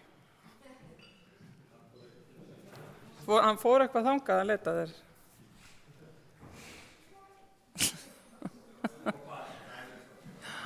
Við fögnum því að hér skín sólin inn og ferðamenn eru hér víðsvegar, nýta sér aðstöðuna hér í húsinu. Við erum þá komin í mál númer 10, breytingar lóð Austurvegur 38B 710. Fyrir liggur erindi frá lóðarhafa að Austurvegi 38B þar sem óskað er eftir því að sveitarstjórn endurskoði fyrri afstöðu sína frá fundi sínum þann 10. febrúar 2021 að endurbygging bílskúrs sem fór í örskröfunum 2020 sé óheimil þar til hættumat liggi fyrir og gerðar hafa verið fullnægjandi ráðstafanir í ofanflóðavörnum. Eftirfarandi tillaga liggur fyrir fundinum. Sveitarstjórn Múlaþings samþykkir að aflétta þeirri kvöð að ekki sé gert heimild að endurbyggja bílskúr við Austurveg 38B á Seyðisfirði þar sem gerðar hafa verið fullnægjandi ráðstafanir hvað ofanflóðavarnir varðar fyrir umrædda lóð. Erindinu er að öðru leyti vísað til umhverfis- og framkvæmdaráðs til afgreiðslu. Ég ætla að opna mælendaskrá undir þessum lið ef einhver hyggst taka til máls. Svo ekki, ég tek þá tillöguna til afgreiðslu. Þeir sem samþykkja hana rétt upp hönd. Samþykkt samhljóða. Við erum þá komin í mál númer 11, Ránagata 17, afstaða til endurbyggingar. Fyrir liggur bókun frá fundi umhverfis- og framkvæmdaráðs Múlaþings dagsett 5. júní varðandi afstöðu til endurbyggingar Ránagötu 17 á Seyðisfirði. Eftirfarandi tillaga liggur fyrir fundinum. Með vísan til fyrirliggjandi gagna og afgreiðslu umhverfis- og framkvæmdaráðs samþykkir sveitarstjórn Múlaþings að endurbygging húsnæðis á Ránagötu 17 á Seyðisfirði verði ekki heimiluð. Ég ætla að opna mælandaskráin til þessum lið ef einhver hyggst taka til máls. Svo ekki, þá tekið tillöguna til afgreiðslu. Þeir sem samþykkja hana rétt upp hönd.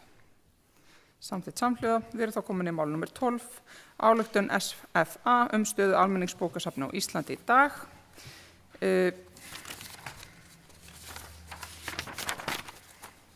Fyrir liggur yfirlýsing samtaka forstöðumanna almenningsbókasafna stöðu almenningsbókasafna á tímum niðurskurðar hjá sveitarfélögum. Þetta hér lagt fram til kynningar en ég ætla að opna mælendaskrá undir þessum lið ef einhver hyggst taka til máls. Sveitarstjórnarfulltrúi Hildur Þórisdóttir, gjörðu svo vel.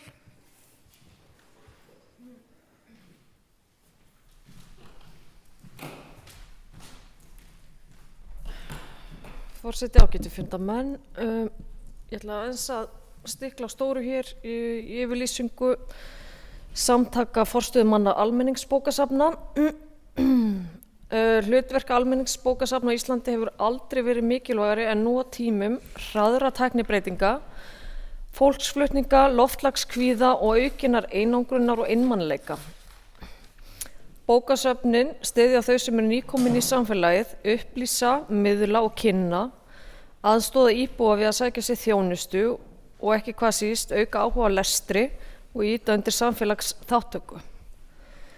Þetta eru mikilvægar menningar og menntastofnanir sem við þurfum að standa vörðum á tímum sem þessum, þar sem að verðbólgan að knýja sveitarfélög til niðurskurðar og ég hvet okkur öll sem hér sitjum til að hafa það í huga næstu misseri. Takk. Sveitarstjórnarfulltrúi Hildur Þórisdóttir og lokið máli sínum. Eru fleiri sem vilja taka til máls undir þessum lið? Svo ekki, þá þetta hér lagt fram til kynningar. Við erum þá komin í lið númer 13, fundi sveitarstjórnarráða og heimastjórna í ágúst-desember 2023. Fyrir liggur fundadagatal fyrir sveitarstjórn, ráð, heimastjórnir fyrir ágúst til desember 2023 sem hefur verið staðfest að heimastjórnum og viðkomandi fagráðum. Þetta hér lagt fram til kynningar en ég hyggst opna mælendaskrá undir þessum lið ef einhver vill taka til máls. Eyþór Stefánsson, sveitarstjórnarfulltrúi, gjörðu svo vel.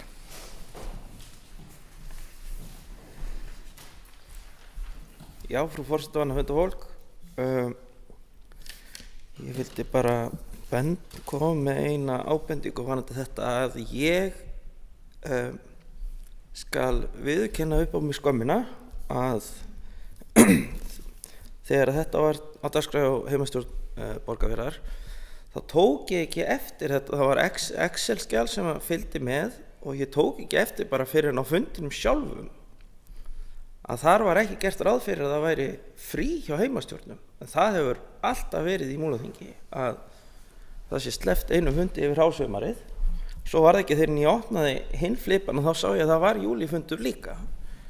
Og þess vegna langar mér bara að beina fyrirspurn. Já, ætli sé ekki bara best að gera beininni bara til sveitarstjórar hreinlega frekar en nokkuð annars. Hvar var sú ákvörðun tekin sem við staðfestum alveg í heimastjórn en þetta kom aftan á okkur. Stefánsson og lokið máli sinni, sveitarstjóri Björn Ingimarsson ætlar að koma til svara. Í þessu dularfulla máli. Forseti, gott fundafólk, já, hvar ætli þetta hafi nú orðið til? Nei, sko, samkvæmt mínum upplýsingum, þá kemur þetta til vegna þess að á þessum tíma töluvert umsagnir varðandi leyfisveitingar. Þess vegna, það svona eina ástofan fyrir því að það var ákveðið að hafa þetta inni.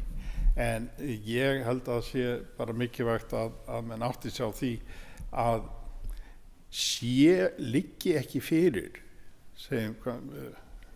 umfangsmikið eða sem sagt mál sem þarf á fjallum, þá þetta ekki skylduð dagsetning. Þetta geta bara alveg nákvæmlega eins og önnur ráð.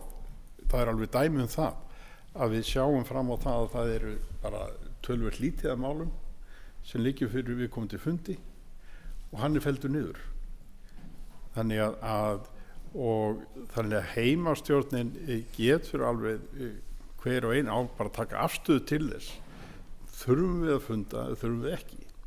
En þarna komið hins vegar inn í dagatalið í rauninni einn fundur í hverju mánuði sem á móti gefur þá líka tækifæri til að taka þá frekar í staðinn aukafund þegar þörf er á því. En þetta allavega samkvæmt eru það skýringar sem ég fékk fyrir því að það var ákveðið að hafa þetta inni. Takk. Sveitarstjóri Björn Ingimásson hefur lokið máli sem eru fleiri sem vilja taka til máls. Svo ekki, þetta telst hér hjá lagt fram til kynningar. Við erum þá komin í lið númer 14, reglur leikskóla í Múlaþingi, endurskoðun. Fyrir liggur bókun frá fundi fjölskyldur að Múlaþings dagsett 7. júní 2023 varðandi reglur leikskóla í Múlaþingi. Fyrir liggur einnig að ekki hefur náðst að uppfæra reglurnar á fullu í samráði við umræðu fjölskylduráði. Eftirfarandi tillaga liggur frammi.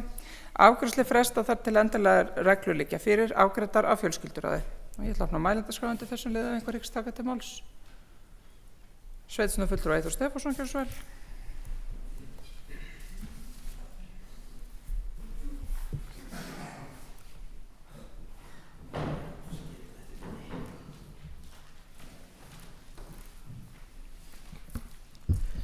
Frú forseti og annað hundafólk.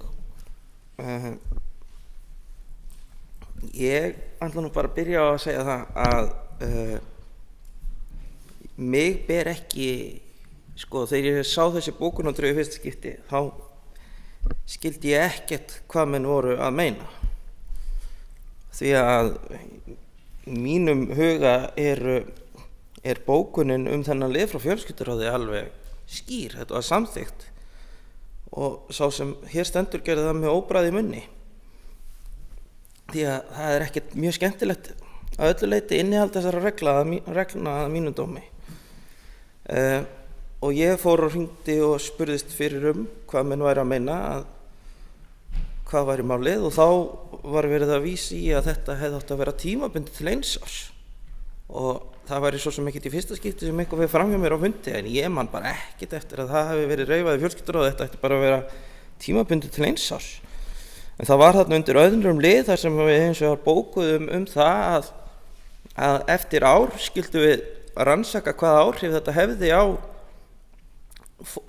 foreldra, eða hvernig þetta kæmi, hvernig ég orði þetta, hvort það væri einhver sýnilegu munur á hvoru foreldrinu þetta bitnaði, þessi aukna lokun leikskóla. Og það var bara gert, en ég man ekki eftir því að þar með hafi reglurnar bara automatist átt að vera til árs. Enda ekkert víst að þessi könnun leiði til nokkuð sem að gefur tilefni til þess að endurskoða þær, þó það sé líklegt. En við langarum bara aðeins að ranta hérna þessar reglur á lélegri íslensku.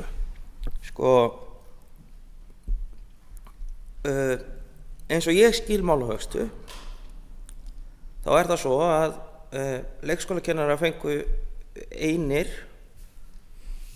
stéttarfélaga í kjarasamning að þeir eigi að vera með svokallaðan betri vinnutíma og safna upp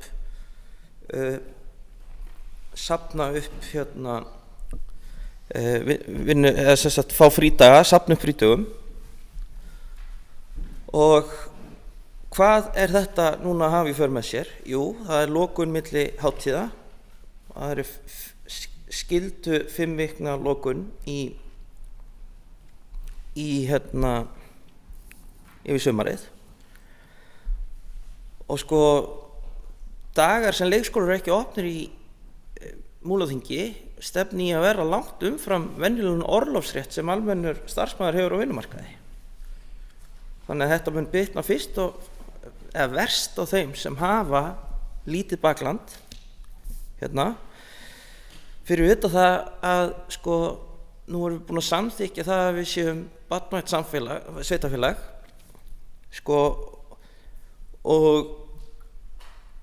og bent á það ítrekað þegar við fjöllum málefni í fjölskylduráði, mynd á það ítrekað En sko, mér langar nú bara að segja að það hlýtur að vera hagur barnsins að foreldrarnir báðir hafi frelsi til þess að sækja,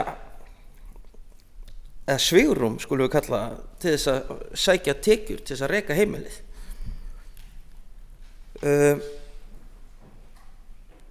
Ég saknaði svolítið á þessum fundi vegna þess að nú hef ég rætt þetta við margan sveitarstjórnarmanninn og hitt ekki marga sem eru mér algjörlega ósammála allavega, en bara ég upplifði allavega þannig að við fulltrúar L-listans vorum einir að tala fyrir þessu inn í fjölskylduráði.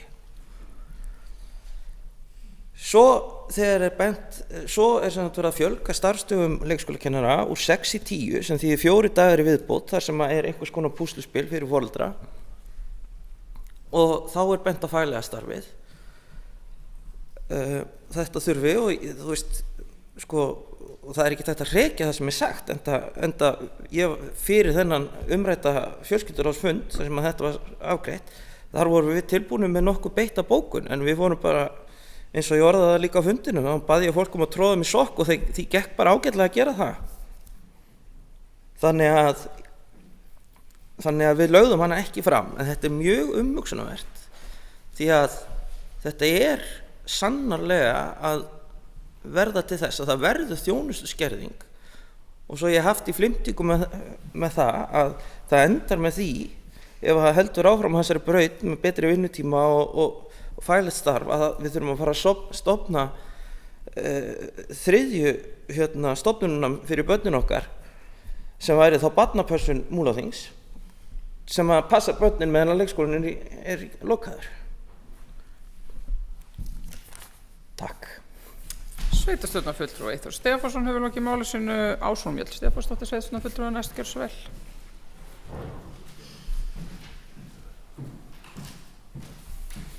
Já, frú forseti og annað gott fundarfólk. Ég veit nú ekki alveg hvort að ég er sammála sveitarstjórnarfulltrúi Eyþóri að þetta hefði verið svona einsleit umræða kannski í fjölskylduráðinu. Mér þótti umræðan góð þar sem að ýmislegt var reifað. Það er alveg rétt, þetta er ekki skemmtilegt.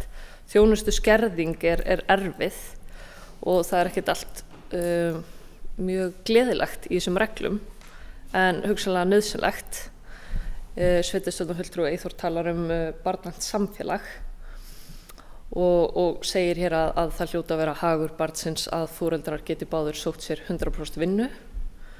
Ég held að það megi líka segja að það hljóta að vera hagur barnsins að það sé ekki endilega lengur en hollt getur talist á leikskóla og hefur það komið fram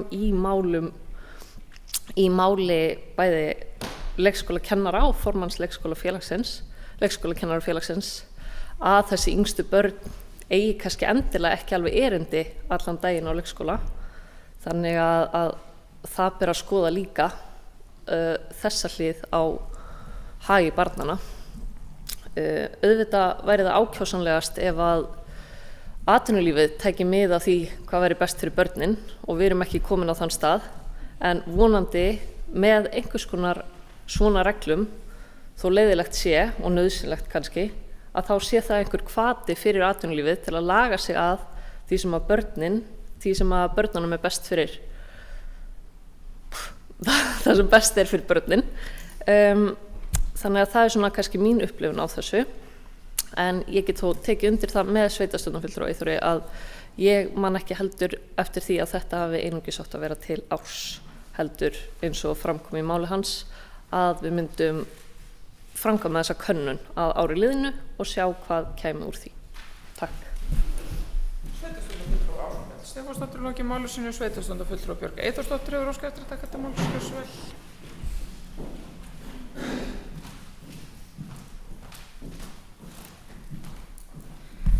Frú forseti, gott fundarfólk. Innleiðingar áætlun betri vinnutíma leikskólastarfsfólk var samþykkt í fjölskylduráði en hún innihélt sér leiðir til að mæta vinnustyttingum kennara sem rík krafa er gerð til stjórnenda að mæta.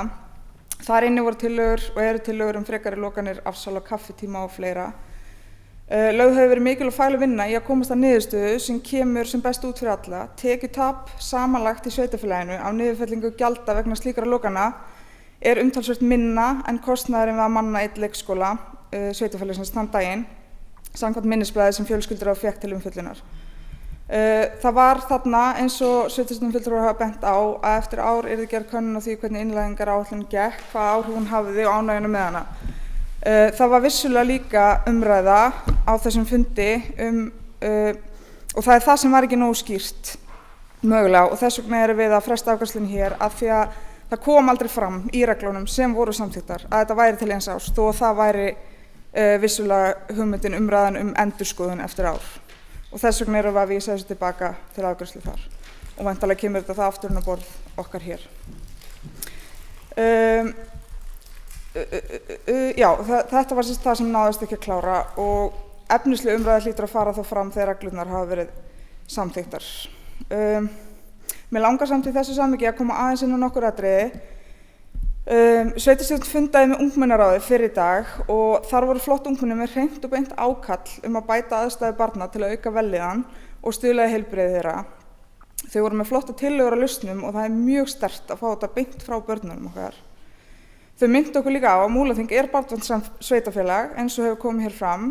Og hvað þýðir það? Það þýðir meðal annars að réttindi og velferð barna eru í fyrirrúmi við ákvarðanatökur innan stjórnsýslunnar.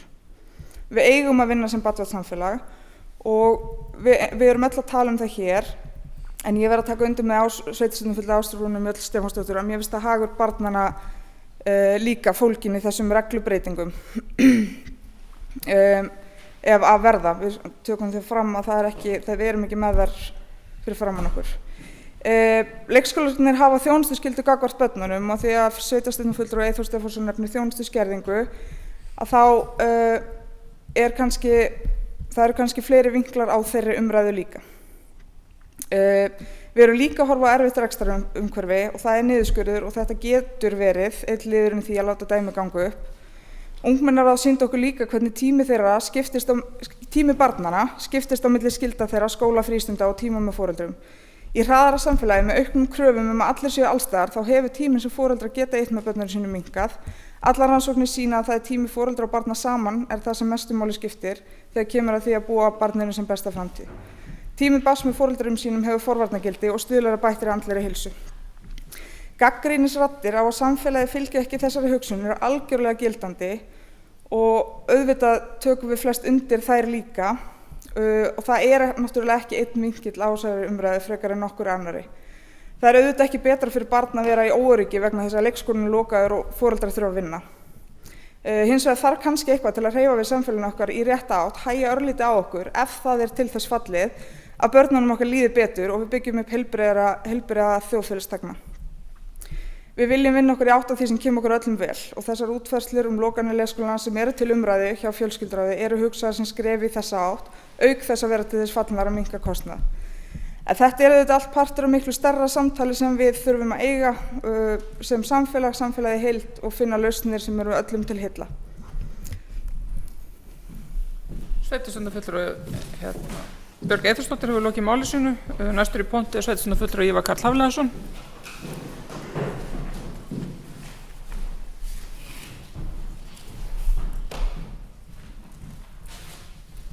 Frú forseti, það að funda fólk.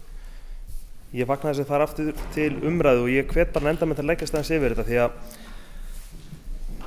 mér finnst þá að fannst mér í þessu dálítið svona einfalda leiðin að auka bara skerða opnuna, lengja sumarfrí, loka með jól og nýárs af því að ég sé meira eins og bara markmið okkar var að setja meira við tölum að auka sveigjanleika og það náttúrulega ekki sveigjanleiki falinn í því að sveitarfélagið ákveður hvenær foreldrar taka frí með börnum. Þegar þetta eru 5 vika sumarlokun pluss vika með jól og nýárs, þá flestir búið með sem sumarfrí og þá ef að menn ætla að vera saman í þessu fríi og njóta tíma með börnunum, þá það eiginlega búið. Margir eru þannig vinnumenn vilja geta notið þessu, jafnvel utan venjulega sumarfrís, meðan geta tekið sér frí í kringum páska á veturnar eða eitthvað þannig.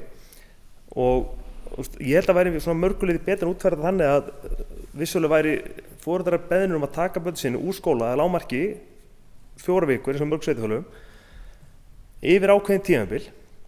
Þá getur foreldrar stillt sig af þannig að þau getur farið saman.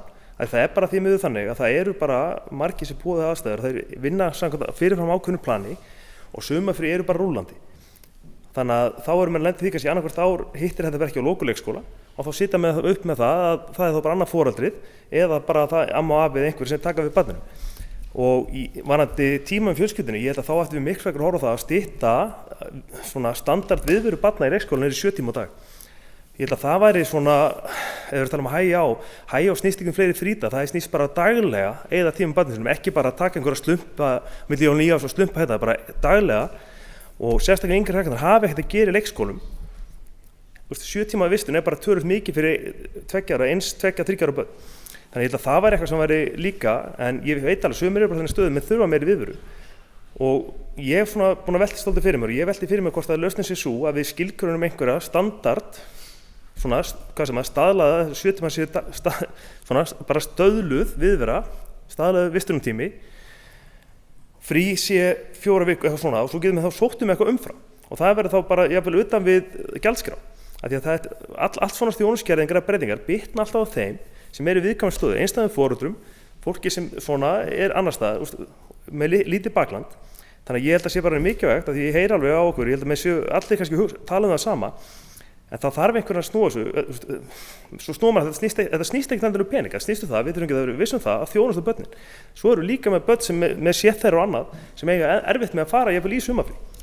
Sérstaklega með jól 9 árs, því að það nú þannig að við tölum hérna að atvinnulífið þurfi að ganga með, en ég held að við séum samtalið þannig að við viljum hafa búður opnar með jól 9 árs, við viljum geta farið í sjúkrahús, við getum farið í alls konar hluti, þannig að við viljum þiggja þjónustuna, en við þurfum líka þá að veita hana. Við þurfum að veita þjónustu til að fólk geti sinnt hinni, þannig að þetta helst í hendur. Þannig að ég bara vona það að þið takið til gagnrýninnar skoðunar og svona verið óhrætt að taka einhver alvöru umræður þetta. Því að ég ber alveg virðingu fyrir faglegu starfi og undirbúningstíðina, við megum ekki endalaust ganga á þetta.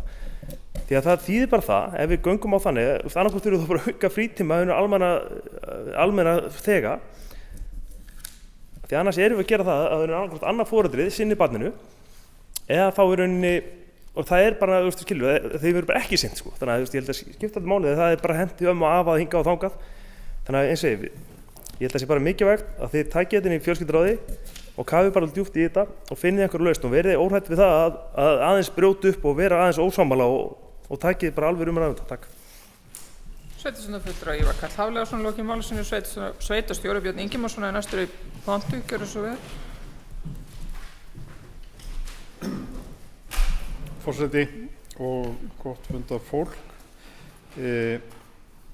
Það varðandi umræðinu það hvers vegna það tekin ákvörðun að þetta reglurnar séu ekki afgreiddar. Það í rauninni tvennt og það það sem að kom fram í máli sveitarstjórnarfulltrúa Eyþórs Stefánssonar. Það annars vegar þetta sem vísað til, þetta náttúrulega byggt á þessari innleiðingar áætlun varðandi betri vinnutíma og þar kemur fram að það sé svona stefnan eða sú áætlun verði endurmetin vorið 2024 eftir að viðhorfskönnun foreldrum og starfsfólki, en það líka annað sem og það eðlilegt að þetta hefði í sjálfu sér átt að fara inn í reglunum og koma fram í reglunum, en það líka annað og það snýr að dvalartíma yngstu barnanna. Það sem kemur skýrt fram að sá dvalartími styttri heldur en eldri og mjög eðlilegt að það komi fram í reglunum, en það láðist áttafarin í reglunum en hann gerði það ekki. Þannig það þessi tveir þættir. En ég ætla ekki að blanda mér inn í umræðinu hvað rétt og hvað rangt í sjálfri útfærslunni. Sveitarstjórnarfulltrúi Berglind Harpa Svavarsdóttir sem skal taka þetta málskjal svo vel. Forseti, góða fundamenn. Hér hefur verið komið víða við og ég ætla nú svo sem ekki að endurtaka allt sem hefur komið hér, en öll þessi umræða á hinu góða og ég fagnaði þá að þetta fari aftur til fjölskylduráðs og því það greinilega veitir ekki af og við viljum bara gera vel í öllu sem við gerum og mér finnst ekki spurning að koma þessu aftur þar inn og gera enn betur. Við erum búin að alveg þetta sveitafélag hefur bara lagt mikið í það að gera vel í því að bjóða upp á leikskólapláss. Við vitum að þetta hefur verið hita umræða allt land. Þetta það sem skiptir máli. Auðvitað viljum við og það ákjósanlegast að börn geti verið sem lengst heima og þegar þau byrja í leikskóla þau geti verið sem mest heima að deginu til og þurfi sem minnstu þjónustu í leikskóla. En raunveruleikin í dag bara þannig að hér áður náttúrulega var það þannig að það var nóg að Katrín væri útivinnandi og konurnar heima með börnin. Þetta bara svo ótrúleg breyting að fólk bara næri ekki endum saman nema báðir aðilar séu í vinnu og yfirleitt 100%. Ég held og það er ástæðan fyrir því að við þurfum góða leikskóla sem með faglegt starf og sinna því mjög vel. Varðandi þessar breytingar, mér brá nú alveg út af því að við viljum veita góða þjónustu og eins og hefur komið inn á að þarna eru bara 2 vikur í lokun sem á bara að festa í reglum og ekki endurskoða. Mér finnst það bara svolítið stökk. Það hefur verið hingað, það er náttúrulega skylda að taka börnin sín í 4 vikur í sumarfrí samfleytt og svo var byrjað að loka mögulega 5. vikunni og þá voru kannanir sem fóru af stað til þess að hverjir myndu vilja nýta sér þjónustu þessa 5. viku upp á að mæta þeim.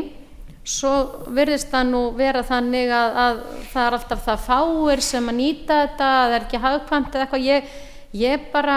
Ég er sjálf aðflutt hér á svæðið. Ég er nú með stóra drengi í dag og þarf ekki að huga að leikskólamálum, en ég man alveg eftir því að maður hafði engan til að passa.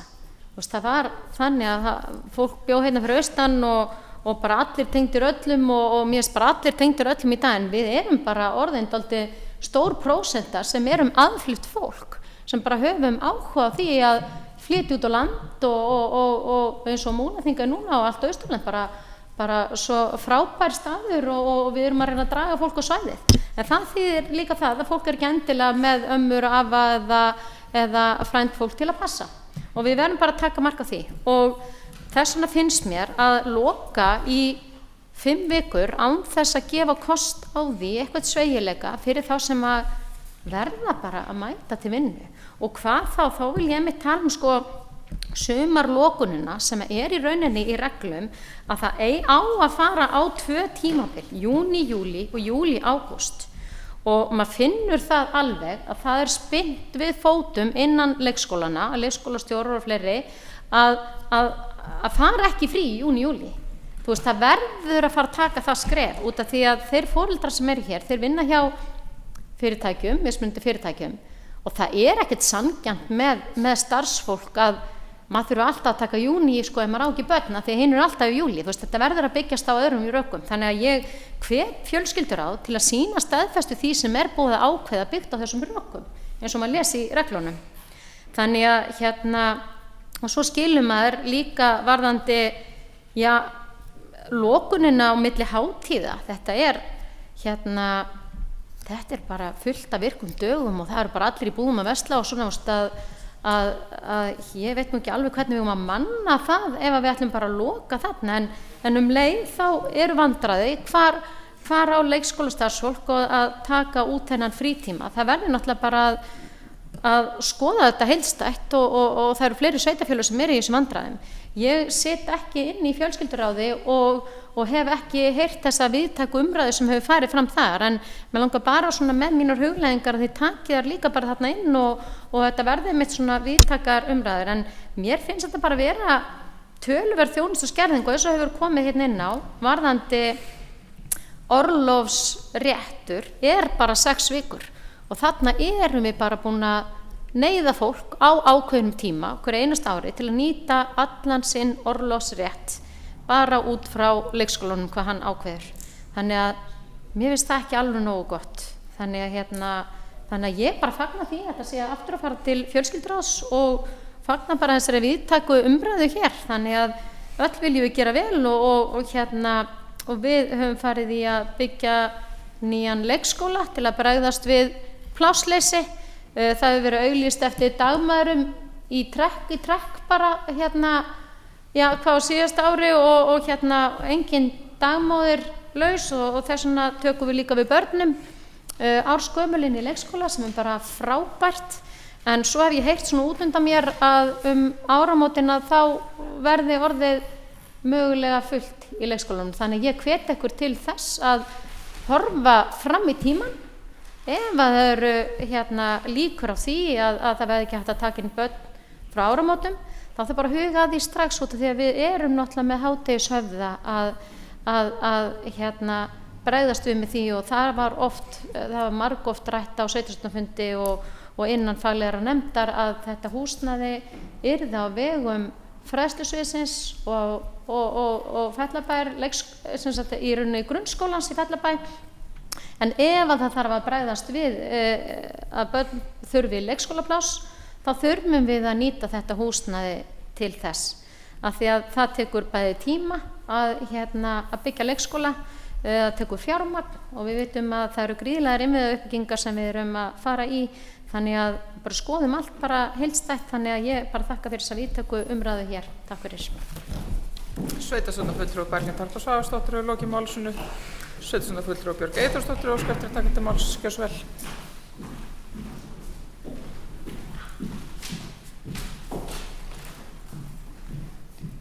Frú forseti, gott fundafólk.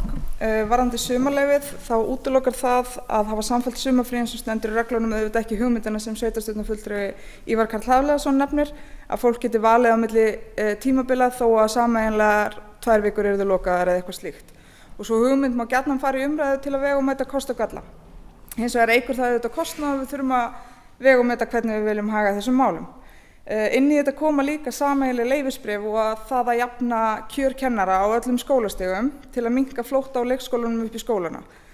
Þannig að það eins og ég segi, það eru margir vinklar á þessari umræðu og ég tek undir með sveitarstjórnarfulltrúa Ívari Karli Hafliðasyni að fjölskyldur þarf að leggja stöðlega yfir þessi mál og ég mun hlutast til það að sú vinna fari í gang. Mér langar líka að nefna fjölskylduráð hafiði á fundi sínum í höndunum umsögn frá foreldraráðum leikskólana og þær sem bárust okkur fyrir fundin, þær styðja þessar reglubreytingar og það er það sem fjölskylduráð hefur í höndunum. Þó vissulega auðvitað séu skiptar skoðanir allt. Umræðan inn í ráðinu snýr að því að nýtingin sé lítil og hún hefur gert það þegar við höfum tekið þessi mál fyrir, þó vissulega sé hún einhver og þá snýst þetta auðvitað kostnað. Ef það eru mjög fá börn sem geta nýtt sér í einhverju tilviki verða 1 og svo framvegis. Þannig að það líka bara, það þarf að horfa á þetta bara mjög heildstætt. Og þetta eru aðgerðir sem gætu mætt þeim niðurskurði sem blasir við okkur og þess vegna eru það auðvitað í umræðu líka. En ég tek undir með sveitarstjórnarfulltrúa Berglindi Harpu Svavarsdóttur, þessi umræða bara af henni góða svo við komumst að farsælli lausn sameiginlegri. Sveitarstjórnarfulltrúi Björg Eyþórsdóttir hefur lokið máli sínu og sveitarstjórnarfulltrúi Ásrún Mjöll Stefánsdóttir óskar eftir að taka til máls og eftir henni Eyþór Stefánsson.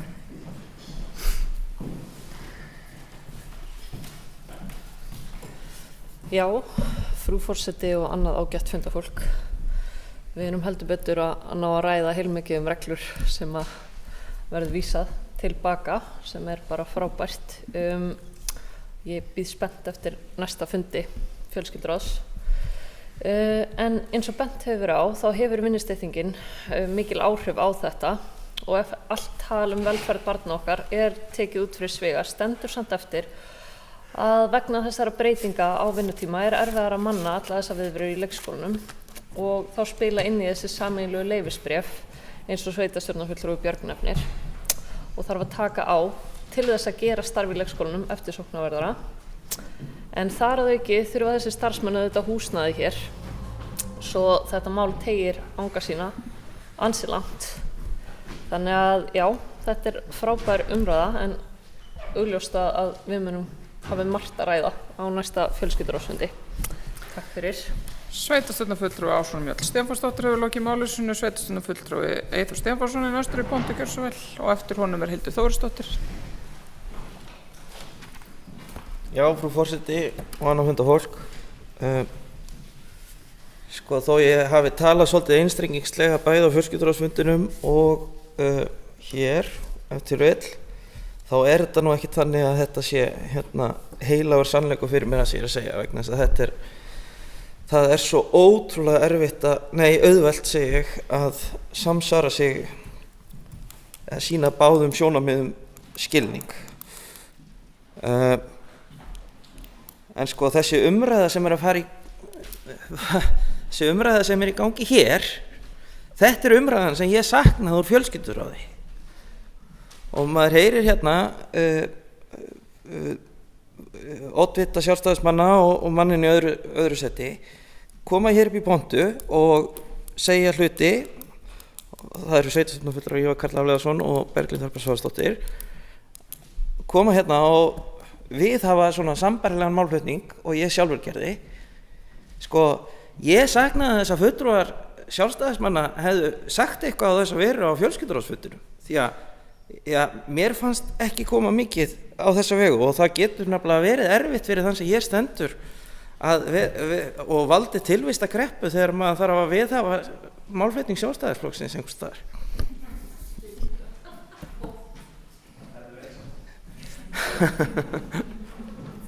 En þetta staðfestir líka grun minn af hverju verið að senda þetta aftur. Hvaða máli skiptir það hvort það standi í reglunum hvort það verði endurskoðar eftir ár eða það verði endurskoðar eftir ár. Þarf það að standi í reglunum. Endurskoðum við ekki reglur margoft. Þessi umræða hérna bara opinbera fyrir mér það sem að mig grunar að sé raunin, að menn eru bara efnislega ósammála því hvað fagráðið komst að. Og þess vegna verið að senda þetta aftur. Og það nú eftir vatn á millu þeirra sem vilja leggja fjölskyldur á niður.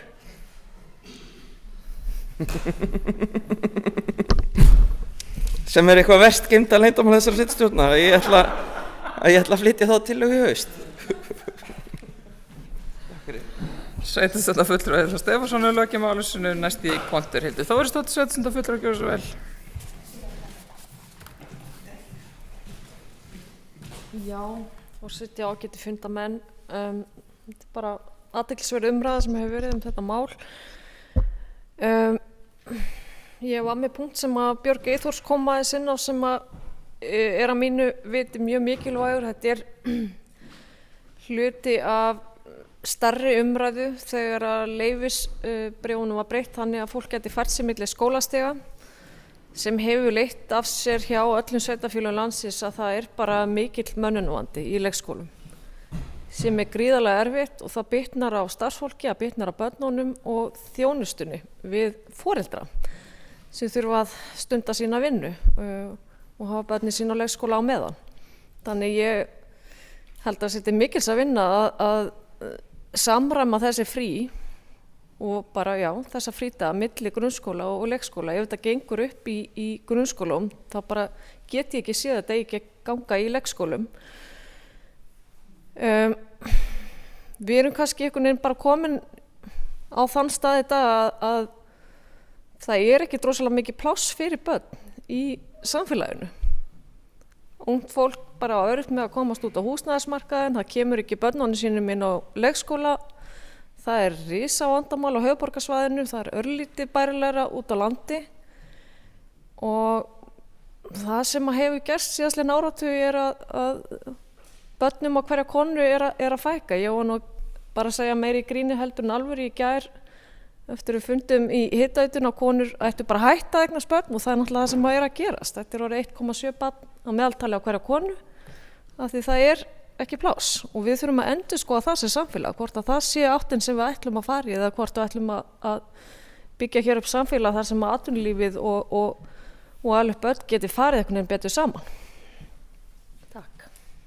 Sveitarstjórnarfulltrúi Hildur Þórisdóttir lokið máli sínu, mælendaskrá ekki tæmd. Sveitarstjórnarfulltrúi Helgi Hlynur Ásgrímsson, gjörðu svo vel.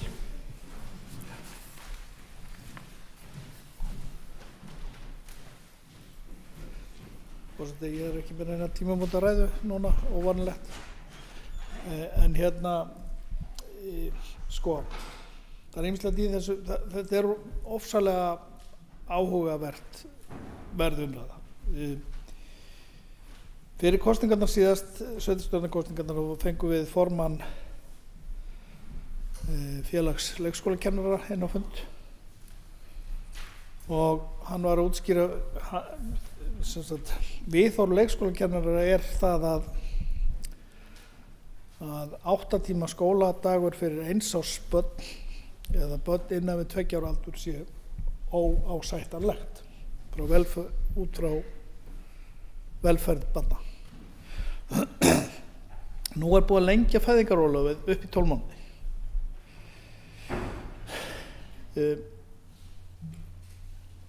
Þannig að það er ákjósanlegt að börn geti verið með foreldrum sem lengst.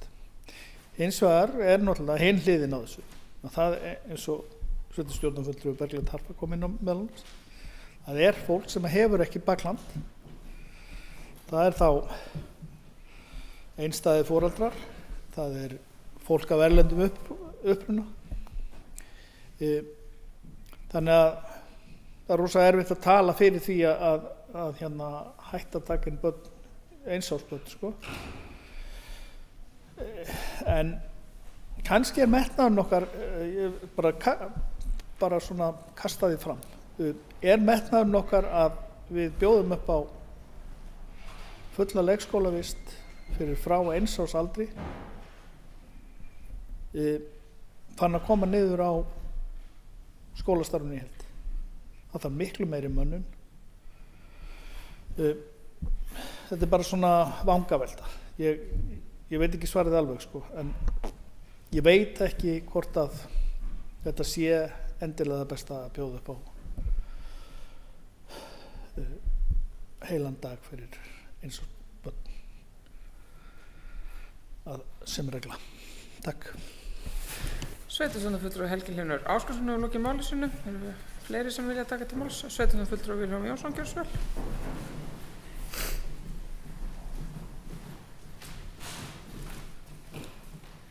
Forseti og gott fundafólk. Bara búin að vera mjög góð og athyglisverð umræða þessar leikskólareglur og kannski svona þetta bara starf sem í leikskólanum, sem náttúrulega bæði vandasamt og mikil áskorun og held ég að blasi við okkur bæði sem sveitarstjórnarmönnum og svo sérstaklega þeim sem þetta brennur á í fjölskylduráði að leysa úr og starfsmönnum leikskólana.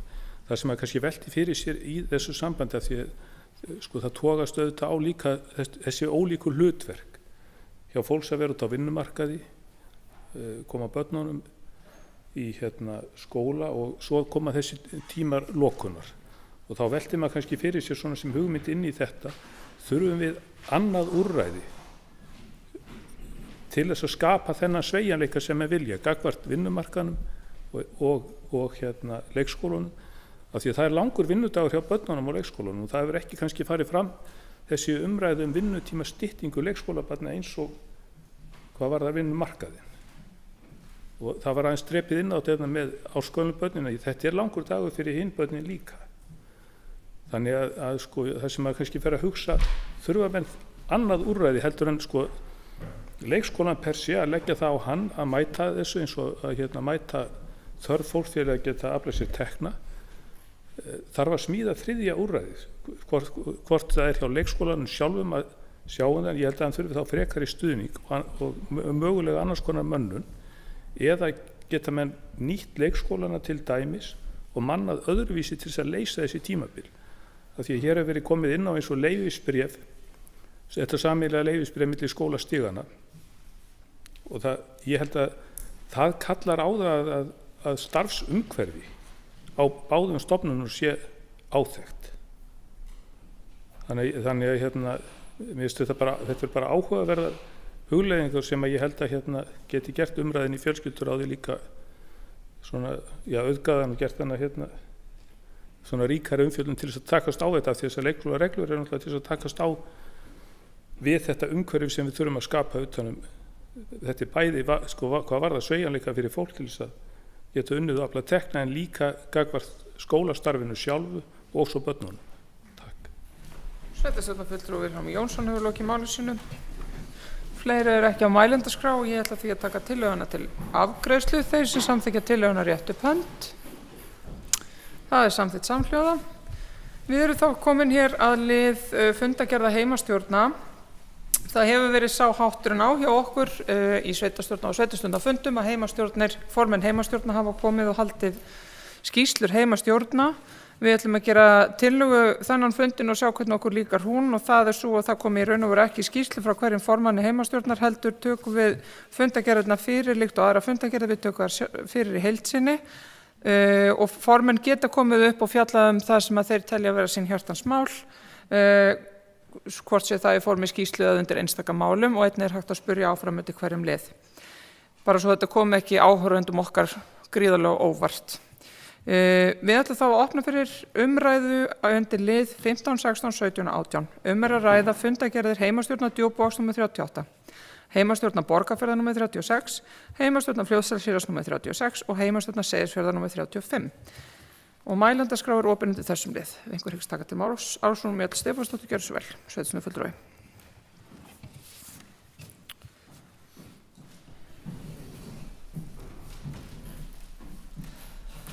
Já, frú forseti og annað gott fundafólk.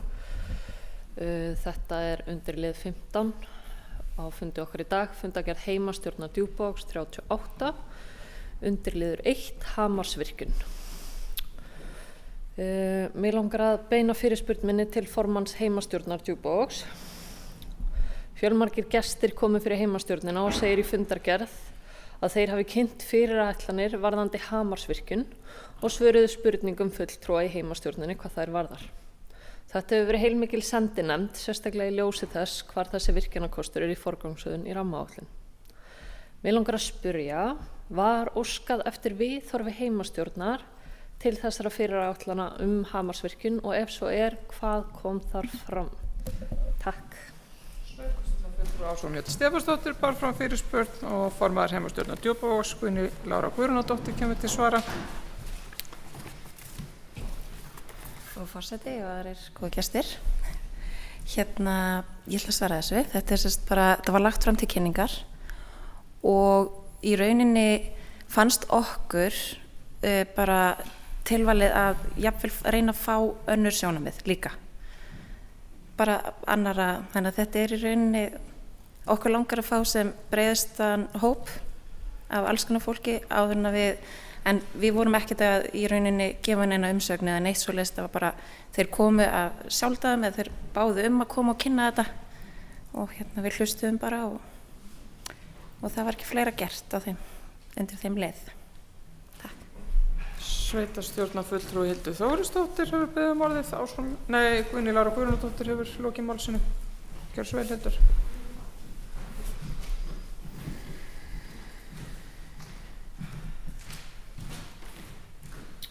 Forseti ágætu fundamenn, þetta varðar lið 4 frá fundi heimastjórnar á Djúpavogi, öryggi við þjóðveginn, GSM-samband.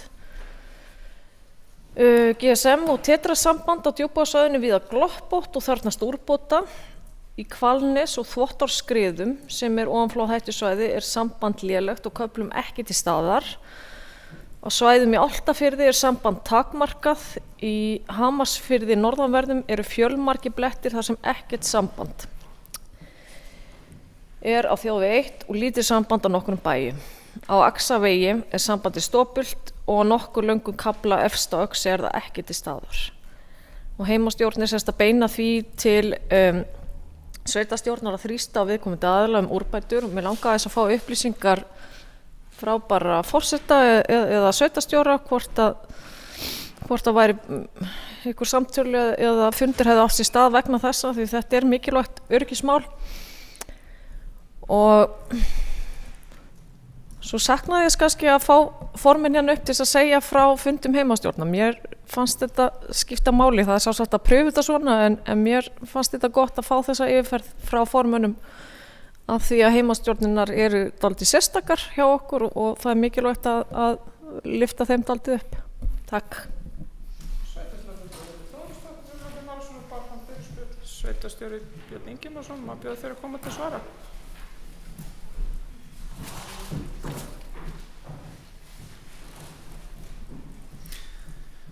Já, forseti og gott fundafólk, eins og fram kemur í bókuninni þá þetta ekki fyrsta skipti sem að heimastjórn Djúpavogs gerir athugasemdir við þetta og við höfum komið þessum athugasemdum á framfæri við bæði ráðuneyti og rekstraraðila svörin sem við höfum fengið eru bara ekkert skýr, bara svo því sé til haga haldið. En við höfum lagt áherslu á það að þarna eru, og bent á það að þarna eru ákveðin svæði sem að eru bara mjög svona götótt hvað varðar tengingar og lagt áherslu á að þetta verði lagað. En við höfum bara því miður ekki fengið alveg skýrsvör um hvernig þetta verði gert, en menn eru meðal annars að tengja þetta sko ljósleiðarlagningu, bara svo því sé til haga haldið. En við munum bara halda þessu áfram og það er bara gott að fá þessa áminningu frá heimastjórninni. Takk. Björn Ingimarsson sveitarstjóri hefur lokið svörum sínum. Sveitarstjórnarfulltrúi Helgi Hlynur Ásgrímsson, gjörðu svo vel.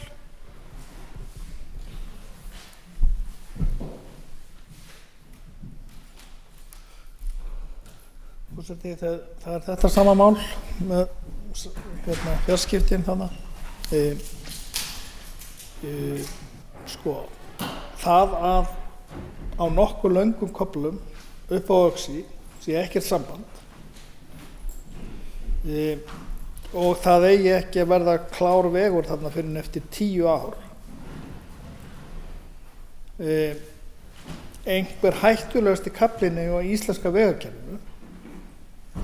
Við þurfum sennilega aðeins að gera okkur.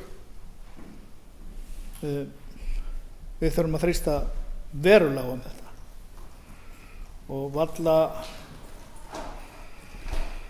verður nú lagður ljósleiðari þarna upp, sko. Þannig að það þarf sennilega einhverjar aðrar. En miðað við fréttir gærdagsins, þá verðum við að þrýsta verulega þetta. Fyrir utan það að við eigum náttúrulega ekki að setja okkur við 10 ára bið. Takk.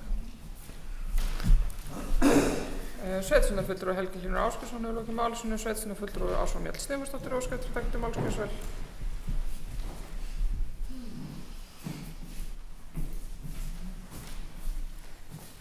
Já, frú forseti og annað gott fundafólk. Ég þakka formanni heimastjórnar Djúpavogs, Guðni Láru Guðrúnardóttur, fyrir svarið. Hvað þetta mál varðar, þá eru nokkrir punktar sem ég vil koma á framfæri. Í aðdraganda Kárahnjúkavirkjunar voru gefin fyrirheit að þyrfti ekki framar að virkja meira fyrir austan. Nú rúmlega 15 árum síðan er hins vegar annað virkjunaráhlaup upp á teiningnum og beinist gegn þeim ósnortnu víðernum á hálendi Austurland sem eftir eru, ekki síst í formi smávirkjana innan gæsalappa, enda engar smávirkjanir í raun. Þetta er svo allt saman skýrt með þeim formerkjum að hér skorti raforku fyrir hinn margumtöluðu orkuskipti. Óbyggðanefnd hefur staðið í vinnu við að marka þarna þjóðlendulínu og yfir allt hraunasvæðið, en það hefur verið varað við því í skýrslu meðal annars frá verkefnisstjórn með ramma að ef sveitarfélag og aðrir leggjast á sveif með virkjun þarna muni það valda viðtækum klofningi í samfélagunum hér. Það er okkar skoðun í VG í Múlaþingi að það eigi að segja nei við Hamarsvirkjun, enda er ekki einhver augljós raforkuskortur á Íslandi, heldur þarf að forgangsraða nýtingu rafmagns betur. Hér er þó náttúran í hættu og hana þurfum við að vernda, ef ekki bara vegna verndun og sjónarmiða, þá vegna þess að hún er okkar dýrmætasta auðlind þegar upp er staðið, enda ekki mikið til af íslenskari náttúru í heiminum. Takk. Sveitarstjórnarfulltrúi Ása Mjöll Stefánsdóttir lokið máli sínu. Sveitarstjórnarfulltrúi Ívar Karl Hafliðason, gjörðu svo vel.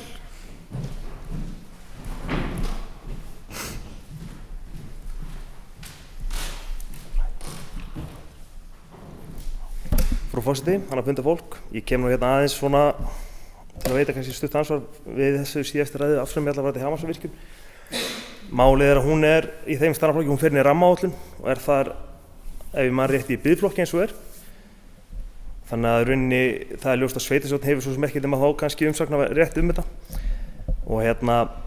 Og ljóst að hún gæti þá farið inn í 5. rammaáætlun held ég, þetta sé nú einstað þar. Þannig að það er ljóst að þetta er nú ekki eitthvað sem er að fara að gerast, en ég er samt, mér finnst bara gaman að sjá að þeir sem hafa haft sýnt þessu áhuga hafa viljað kynna þessu hér þetta.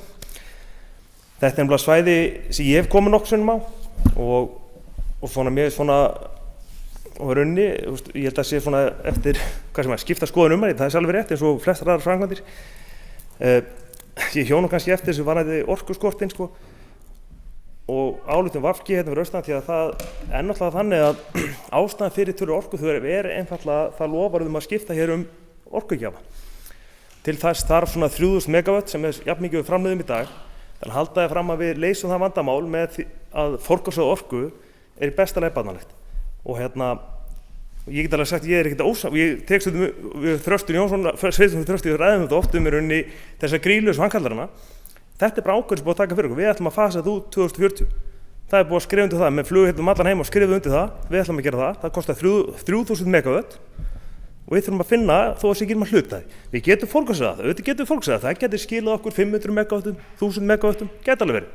En það ljóst að verkefnið ærið og menn þurfa að horfast í augu við það og enda eru flestir farnir að ná því. Takk. Já, það rofnaði stíflan. Sveitarstjórnarfulltrúi Ívar Karl Hafliðason hefur lokið máli sínu. Sveitarstjórnarfulltrúi Hildur Þórisdóttir er næst í pontu. Að henni lokinni kemur Helgi Hlynur Ásgrímsson, Þröstur Jónsson er síðan á eftir því. Já, forseti ágætu fundamenn, þetta var það lið 4, fundi heimastjórnar Borgarfjarðar. Staða verkefna á umhverfis- og framkvæmdasviði á Borgarfirði þegar fengu Hugrúnu Hjálmarsdóttir á sinn fund sem var að upplýsa heimastjórnum framgang og verkefna. Fundagerðin segir mér og þeim sem lesa fundagerðin eins og ekki neitt. Hann með langa að biðja formann heimastjórnum að koma hér upp og fara yfir framgang verkefna á Borgarfirði. Takk. Ljómandi gott.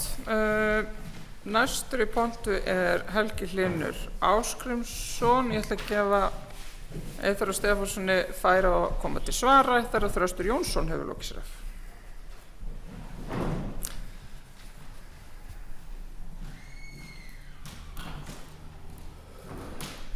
Forseti, það er pínu vandræðilegt. Ívar Karl Hafliðason ætti út þegar hann var búinn að æla hér í pontu. Ég er nú aðalega að beina orðum mínu til hans, þannig að hann verður sennilega bara að horfa á upptökuna. Sko, 3000 megawatt til orkuskipta. Þetta er í besta falli baddanlegt, sagði hann. Ívar minn, elsku kallinn. Sko, ef að við ætlum að snúa þróuninni í heiminum við, þá gerum við það með því að breyta háttum okkar. Það snýst áskorunin sem við stöndum frammi fyrir nú. Það snýst ekki það að gera samninga eins og gert var í síðustu viku 50 megawatt ný til að knýja gagnaver. 3000 megawatt eru til þess að gera allt eins og við gerum núna. Það að fljúga jafn mikið, jafn hratt, bara með því að hægja á flugvélum úr 800 km í 600 og sparast 50% af orkunni. Með því að veiða fiskinn á línu en ekki með togurum, þá getum við sparað helminginn á orkunni sem fer í skipaflotann. Við þurfum að hugsa þetta svolítið opið og þetta snýst auðlindir jarðar. Það snýst ekki bara hversu mikil olíu við þurfum að hætta að brenna. Þetta snýst það að við þurfum að hætta að ganga jafn freklega á auðlindir jarðar eins og við gerum það. Og meðan við erum stödd þarna að það sé barnalegt að vilja ekki virkja einhvers staðar, þá erum við bara í vondum málum og náum ekki árangri með þetta að við þurfum að hætta að ganga svona freklega á auðlindir jarðar. Það snýst þetta. Takk fyrir yfir. Takk. Takk fyrir það. Sveitarstjórnarfulltrúi Helgi Hlynur Ásgrímsson hefur lokið máli sínu. Sveitarstjórnarfulltrúi Þröstur Jónsson, hversu vel?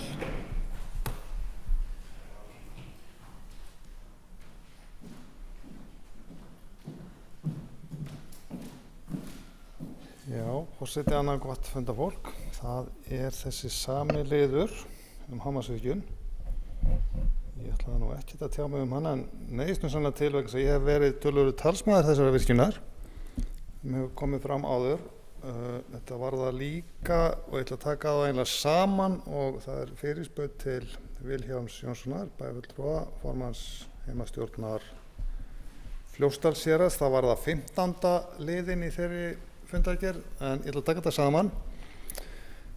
Og sko, Hamarsvirkjun og virkjanir yfir höfuð, sko, ég get bara verið mönnum báðu beggja vegna borð sammála að vissu leyti, sko. Ef við ætlum í þessu orkuskipti sem geti bara yfir höfuð galinn og tískufyrirbrigði, ekki hægt að framkvæma það einu sinni, þá þarf að virkja, það er alveg ljóst. Og hér á landi ætla menn greinilega eftir að umhverfisráðherra var hér á ferli, ekki fyrir alls löngu, ætla menn greinilega að gera það með vindorku. Vindorkan er þannig að hún er bara þegar að vindurinn blæs, menn setja upp einhvað afl en fá ekki orkuna alltaf, það munur á afli og orku. Þannig að menn þurfa stöðuga orku á bakvið vindorkun alltaf. Og það getum við í rauninni gert á 2 vegu hér. Það er annarkvort að virkja með vindorkunni vatnsafl, jarðvarma, innlendri orkugjafar, eða númer 2, það er að leggja streng úr landi, sem flestir er á móti. Og mér finnst þetta að vera orðið svona bara þessi orkuumræða, hún er hættuleg. Vegna þess að það er ljóst að menn ætla ekki að virkja meiri vatnsorku.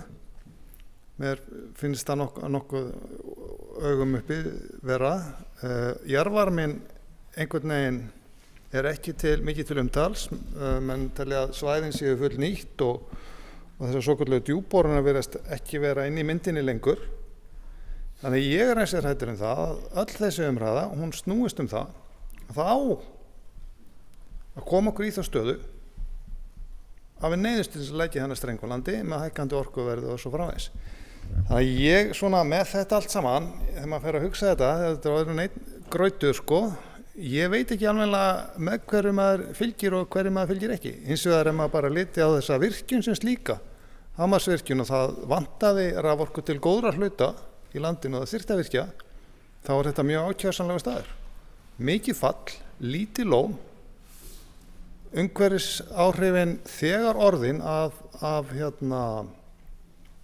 Fljótsdalsvirkjun eða öllu Höldu Kárahnjúkalóninu eða öllum veitunum þarna upp á.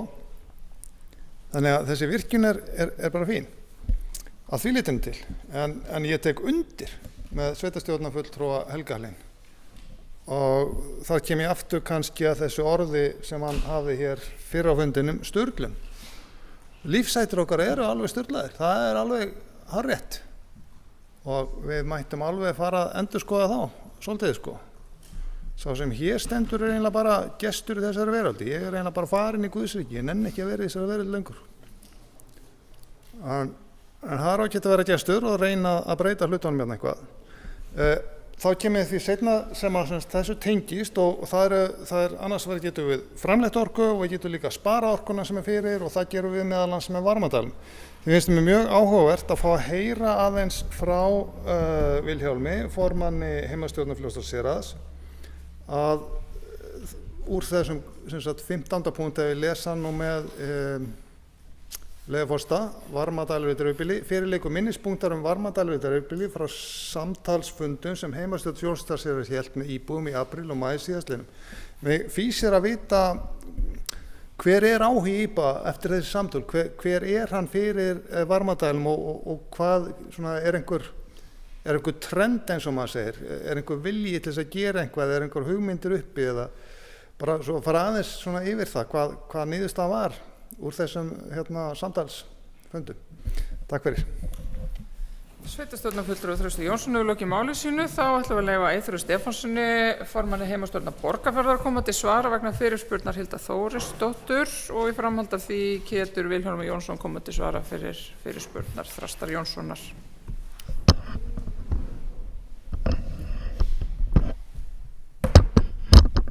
Forseti, Anna Hundavól, hvað er þetta eiginlega? Þetta er ekki.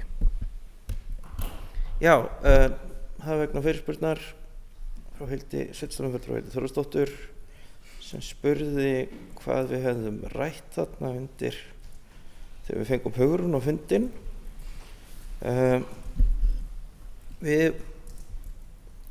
Við rættum meðal annars hvar það stæði útboð fyrir Fjarðaborg.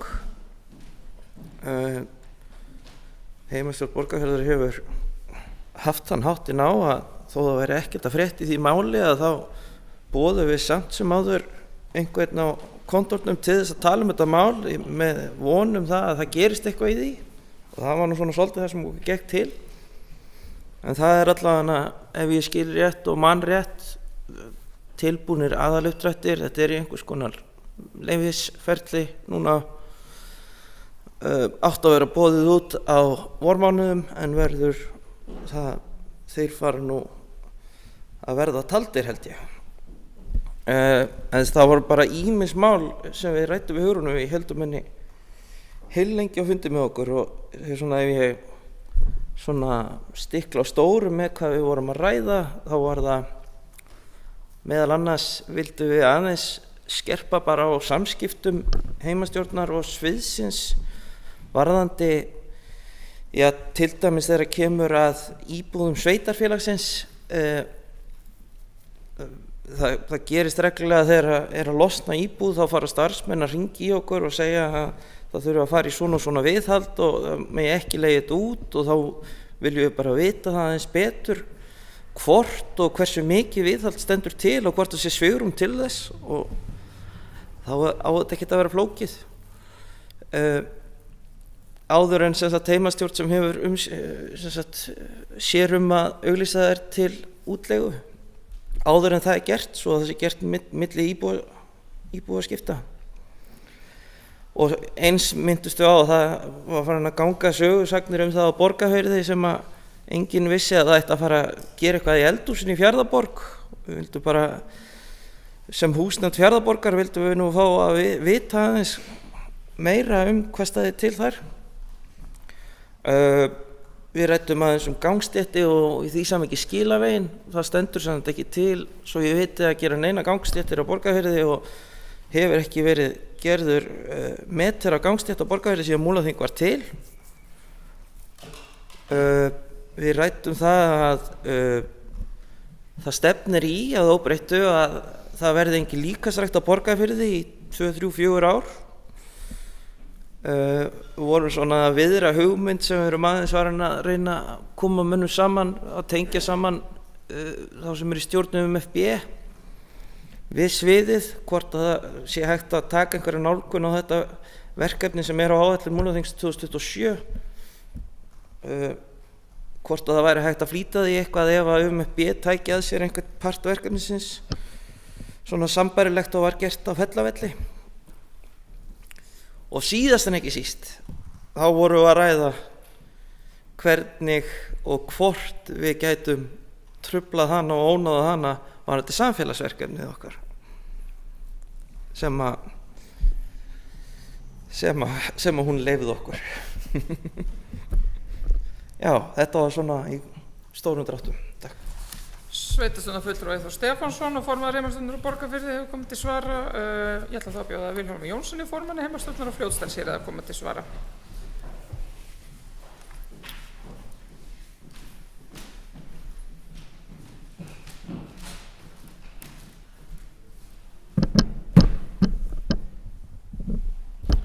Forseti og fundarmenn.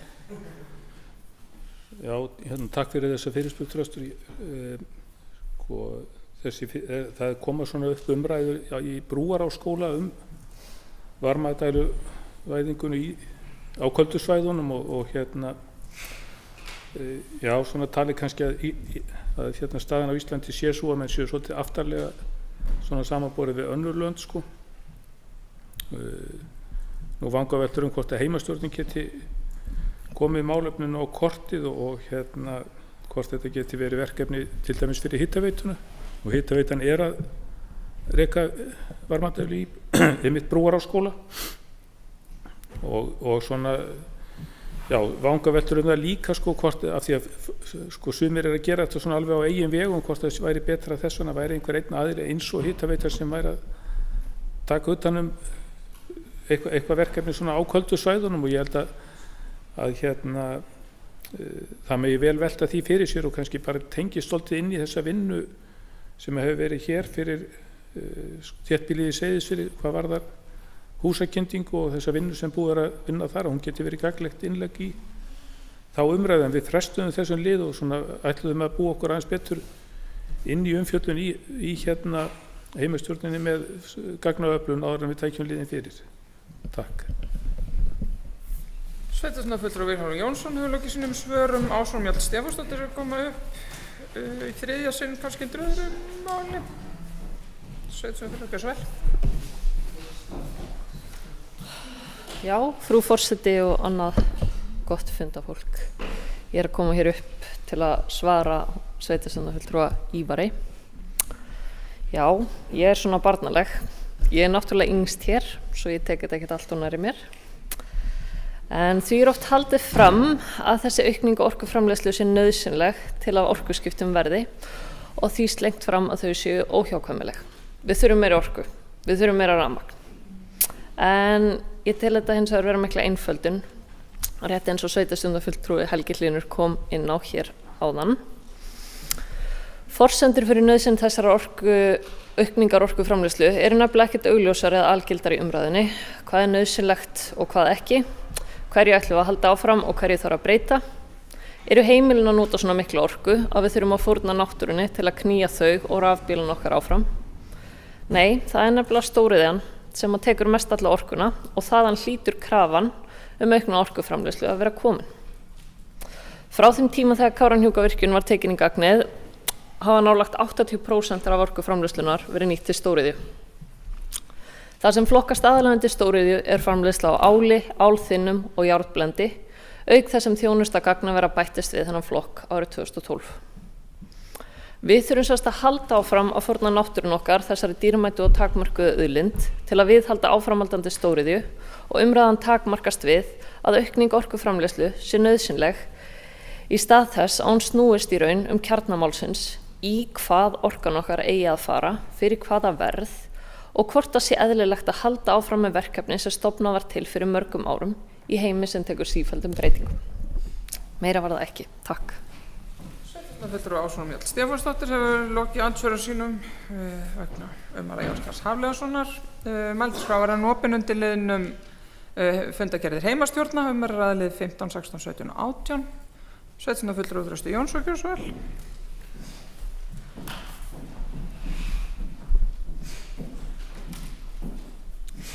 Forseti, annað fundarfólk. Þetta er mjög skemmtileg umræða undir tveim fundargerðum orkumál, þar sem annars vegar er sparnaðurinn öðrum megin og framleiðslan hinum megin. Þegar ég byrjaði minn skelfilega feril í pólitík þá gengum við hér hús úr húsi í kosningabaráttunni með bækling þar sem við vorum að viðra þá hugmynd að hitaveitan HEF myndi reka varmadælur á köldum svæðum og dreifum þessu út allt, meðal annars á Borgarfirði eystra og ég held að Miðflokkurinn hafi fengið hálft atkvæði fyrir vikið þar. En svona að grínu sletti þá finnst mér þetta mjög áhugavert svarið frá Vilhjálmi og ég þakka honum fyrir það og ég tel ákvörðun þeirra að bíða með málið afar spaklega líka vegna þess að nú er búið að skila af sér þessi ágæta nefnd sem var sett utan húshitunar sem sagt möguleika hér á Seyðisfirði, það er þessi áframhald fjarvarma veitu eða hvað á að gera. Sú skýrsla er komin og verður væntanlega tekin til umfjöllunar byggðaráði í næstu viku að ég held rétt. Og það gefst svolítið kosturinn á því að líta þá á þetta heildrænt, þessi köldu svæði og Seyðisfjörður er vissulega kalt svæði líka vegna þess að þessar varmadælu pælingar hafa komið mjög mikið upp hér líka. Og mér finnst þetta mjög gott og merkilegt að þessi umræða hafa komið upp á Jökuldal vegna þess að þar er kalt svæði líka og þau eru mjög víða í okkar sveitarfélagi og mér finnst það mjög þess virði að athuga þetta vel, ekki síst í ljósi þess að raforkuverð sem raforka er mjög víða notuð til þess og nær eingöngu til þess að kynda upp á köldu svæðunum og raforkuverð fer hækkandi og það mun hækka mjög mikið. Það maður búin að sjá úr þessari ágætunefnd sem var sett utan húshitunarkostnaðinn húshitunar möguleikana hér á Seyðisfirði, að það eiginlega það sem eina sem tryggt, að raforka mun hækka í verði. Og þess vegna finnst mér þetta áhugaverð pæling og hún að koma upp. Mér finnst það líka áhugavert að við skildum dreifa þessum bækling og fá fyrir það hálft atkvæði vegna þess að það greinilega, við höfum verið svolítið forspáðir þá fyrir 4-5 árum, ég veit það ekki. En ég ætla bara að þakka Vilhjálmi fyrir þetta og vona að þetta verði einhvern veginn, við finnum einhverja góða lausn á þessu köldu svæði hér austur frá og ég held að verði okkar sveitafélagi til mikil sóma vegna þess að við erum að vinna þarna ákveðið frumkvæðarstarf með þessari nefnd sem var sett saman hérna út af húshituninni og mjög merkilegt sem kemur fram í þessari skýrslu og verður vonandi birt. Þannig að ég er okkar stoltur af því að við erum að pæla í þessu hér eiginlega meira en annars staðar á landinu á köldu svæðum. Takk fyrir. Sveitarstjórnarfulltrúi Þröstur Jónsson hefur lokið máli sínu. Fleiri hafa ekki kveðið sér hljóðs undir þessum lið. Það er því afar freistandi að leggja liði 15, 16, 17, 18 hér fram til kynningar. Þá erum við komin í fundargerð byggðarráðs Múlaþings númer 84, 85, 86 að ræða liði 19, 20 og 21 og ég hyggst opna fyrir umræðan eftir þessum liðum nú, þannig að ef einhver hyggst taka til máls. Ef svo er ekki, þá er þetta hér lagt fram til kynningar. Síðan tökum við fyrir liði 22, 23 og 24 og hér að ræða fundargerðir umhverfis- og framkvæmdaráðs Múlaþings 84, fundargerð umhverfis- og framkvæmdaráðs númer 85 og fundargerð númer 86. Og ég opna mælendaskrá undir þessum liði, einhver hyggst taka til máls. Svo er ekki, þá er þetta hér lagt fram til kynningar. Við erum þá hér komin í fundargerði fjölskylduráðs númer 71, 72, 73 og 74. Að ræða liði 25, 26, 27, 28 og ég opna umræður undir þessum lið, einhver hyggst taka til máls. Svo er ekki, þá er þetta hér lagt fram til kynningar og ég ætla næst að taka fyrir mál nummer 29 sem er fundargerð ungmennaráðs Múlaþings nummer 24 og ég opna mælendaskrá undir þessum lið ef einhver hyggst taka til máls. Svo er ekki, þá erum við komin í síðasta og alls ekki sísta lið fundarins, skýrsla sveitarstjóra. Björn Ingimarsson, gef þér orðið gjörsvel.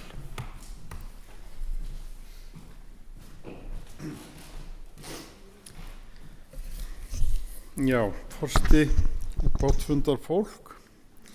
Ég ætla nú í svona örstuttumáli að fara yfir það helsta sem hefur á dagana drifið síðan að við komum saman síðast. Hvað starfsmannamálum varðar þá er það bara svona hefðbundið, þessi reglubundu fundir með sviðsstjórum, hafnavörðum og síðan er mánaðarlegu fundir með starfsfólki stjórnsýslunar og tókum síðasta fund núna fyrir sumarleyfin í morgun. Síðan falla þessi fundir niður í júlí og ágúst en við komum svo saman aftur í september. Hvað samstarfsverkefnin varðar, það voru haldnir stjórnar og vinnufundir samtaka sjávarútvegssveitarfélaga hér fyrir austan og ég vil alveg segja að það hafi verið bara mjög þarfi fundir. Við funduðum á Djúpavogi, á Fáskrúðsfirði, á Eskifirði og á Neskaupstað og áttum góða fundi með hagaðilum á öllum þessum stöðum. Þannig að þetta var hið besta mál. Stjórn Vísindagarðsins fundaði auk þess sem aðalfundur Vísindagarðsins var haldinn. Stjórn Eignarhaldsfélags Brunabótar fundaði í Vestmannaeyjum í lok síðustu viku og með fulltrúum sveitarfélagsins þar auk þess að taka hefðbundinn sumarfund stjórnar. Og í næstu viku muni sækja alþjóðaráðstefnu Sittersló og það verður fróðlegt að fá upplýsingar það hvernig sveitafélag, hvernig svona staðið að þessum málum hjá sveitafélögum annarra landa og auk þess sem að ég bæði taka samræðinu og við munum alltaf kynna, eða ég mun kynna það hvernig við stundum að þessu hér fyrir okkar hönd. Fulltrúar sveitafélagana, okkar sveitafélags og Fjarðabyggðar, Fljótsdalshrepps og Vopnafjarðarhrepps auk Langanesbyggðar áttum ágætan samráðsfund þar sem efnið var hvernig skynsamlegt verið að standa að uppbyggingu og eflingu raforkuframboðs á svæðinu og það var ákveðið að halda því samtali áfram og ég á frekar von á því að ef við munum koma saman aftur, stefnum að koma saman aftur fyrir lok mánaðar og á alveg eins von á því að við setjum það samstarfi í eitthvað formlegt ferli. Eins og kom fram á þessum fundi þá áttum við, ég og forseti sveitarstjórnar og formaður byggðarráðs ágæta fundi með ráðherrum og þingmönnum í Reykjavík þar sem megin umfjöllandi voru Fjarðarheiðargöngin og þetta voru við náttúrulega að koma líka inn á önnur samgöngumál eins og aksamálið eins og hefur bara komið fram hér. Þetta voru að mínum mati bara mjög góðir fundir og það var bara mikilvægt að fá tækifæri til að koma þessum okkar áherslum á framfæri og líka að upplýsa þá fulltrúa sem að við fundum þarna með því að eins og kom fram hjá mér áðan þá hefur náttúrulega þessi umfjöllun í fjöl- og samfélagsmiðlum ekki alltaf verið byggð á réttum og faglegum forsendum en þarna höfðum við tök á því að fara bara mjög vel yfir þessi mál og það var alveg ljóst að við vonum þarna að rétta bæði alveg klárlega úr ýmsum spurningamerkjum sem mikilvægt að þessari vinnu þurfum við bara að halda áfram og það mikilvægt að við fylgjum því eftir. Það stendur til að halda fjórðungsmót hestamanna hér í byrjun júlí og við funduðum með fulltrúum Fairfaxa núna í vikunni varðandi það hvernig við getum mögulega lagt þeim lið í því ágæta verkefni. Þetta eru náttúrulega alveg hellingur fólks sem er að koma hér inn á svæðið í tengslum við þetta og það mikilvægt að við skoðum það vel og við áttum einnig ágætan fund með fulltrúum Isavia varðandi vinnu við deiliskipulag og stækkun eða uppbyggingunar réttara sagt og eflingu Egilsstaðaflugvallar og mitt mat er að sú vinna er að fara bara komin í gott ferli þannig að við höfum svolítið verið að knýja á það að menn fara á stað og mitt mat eftir þann fund er að það er verið að vinna vel að þessu þar en við höldum nú inn í sumarið við erum löngu að vísu komin inn í sumarið en við höldum áfram inn í sumarið sem ætlar að verða okkur sem að hér búum í þessu ágæta samfélagi hagstætt og í júlímánuði þá náttúrulega mun stór hluti af starfsfólki stjórnsýslunar taka sumarleyfi, við munum loka skrifstofum sveitarfélagsins á Borgarfirði, Djúpavogi og Seyðisfirði í allan júlímánuð og skrifstofan á Egilsstöðum verður lokuð frá og með 17. júlí og fram að mánaðamótum. Símsvörun verður hins vegar virk og það verður náttúrulega lögð áhersla á að það verður hægt að bregðast við og leysa þau mál sem að þarf að leysa og við munum svona bara koma þessum upplýsingum rækilega á framfæri en að þessu sögðu þá vil ég bara nota tækifærið og óska okkur öllum farsældar inn í sumrið og þakka fyrir góðan fund sem var búið að segja mér yrði alveg örstuttur en takk fyrir mig. Við þakkum Birni Ingimarssyni sveitarstjóra fyrir þetta. Þá er liður 30 hér lagður fram til kynningar. Það stendur hér yfirleitt í lok funda að gera fleira ekki gert sem við veist alltaf ótrúlega stuttur og laggóður endir þannig að niðurstaðan er svo að fleira er ekki gert. Fundir slitið í 21. sitt á sól á Seyðisfirði og við þakkum fyrir okkur.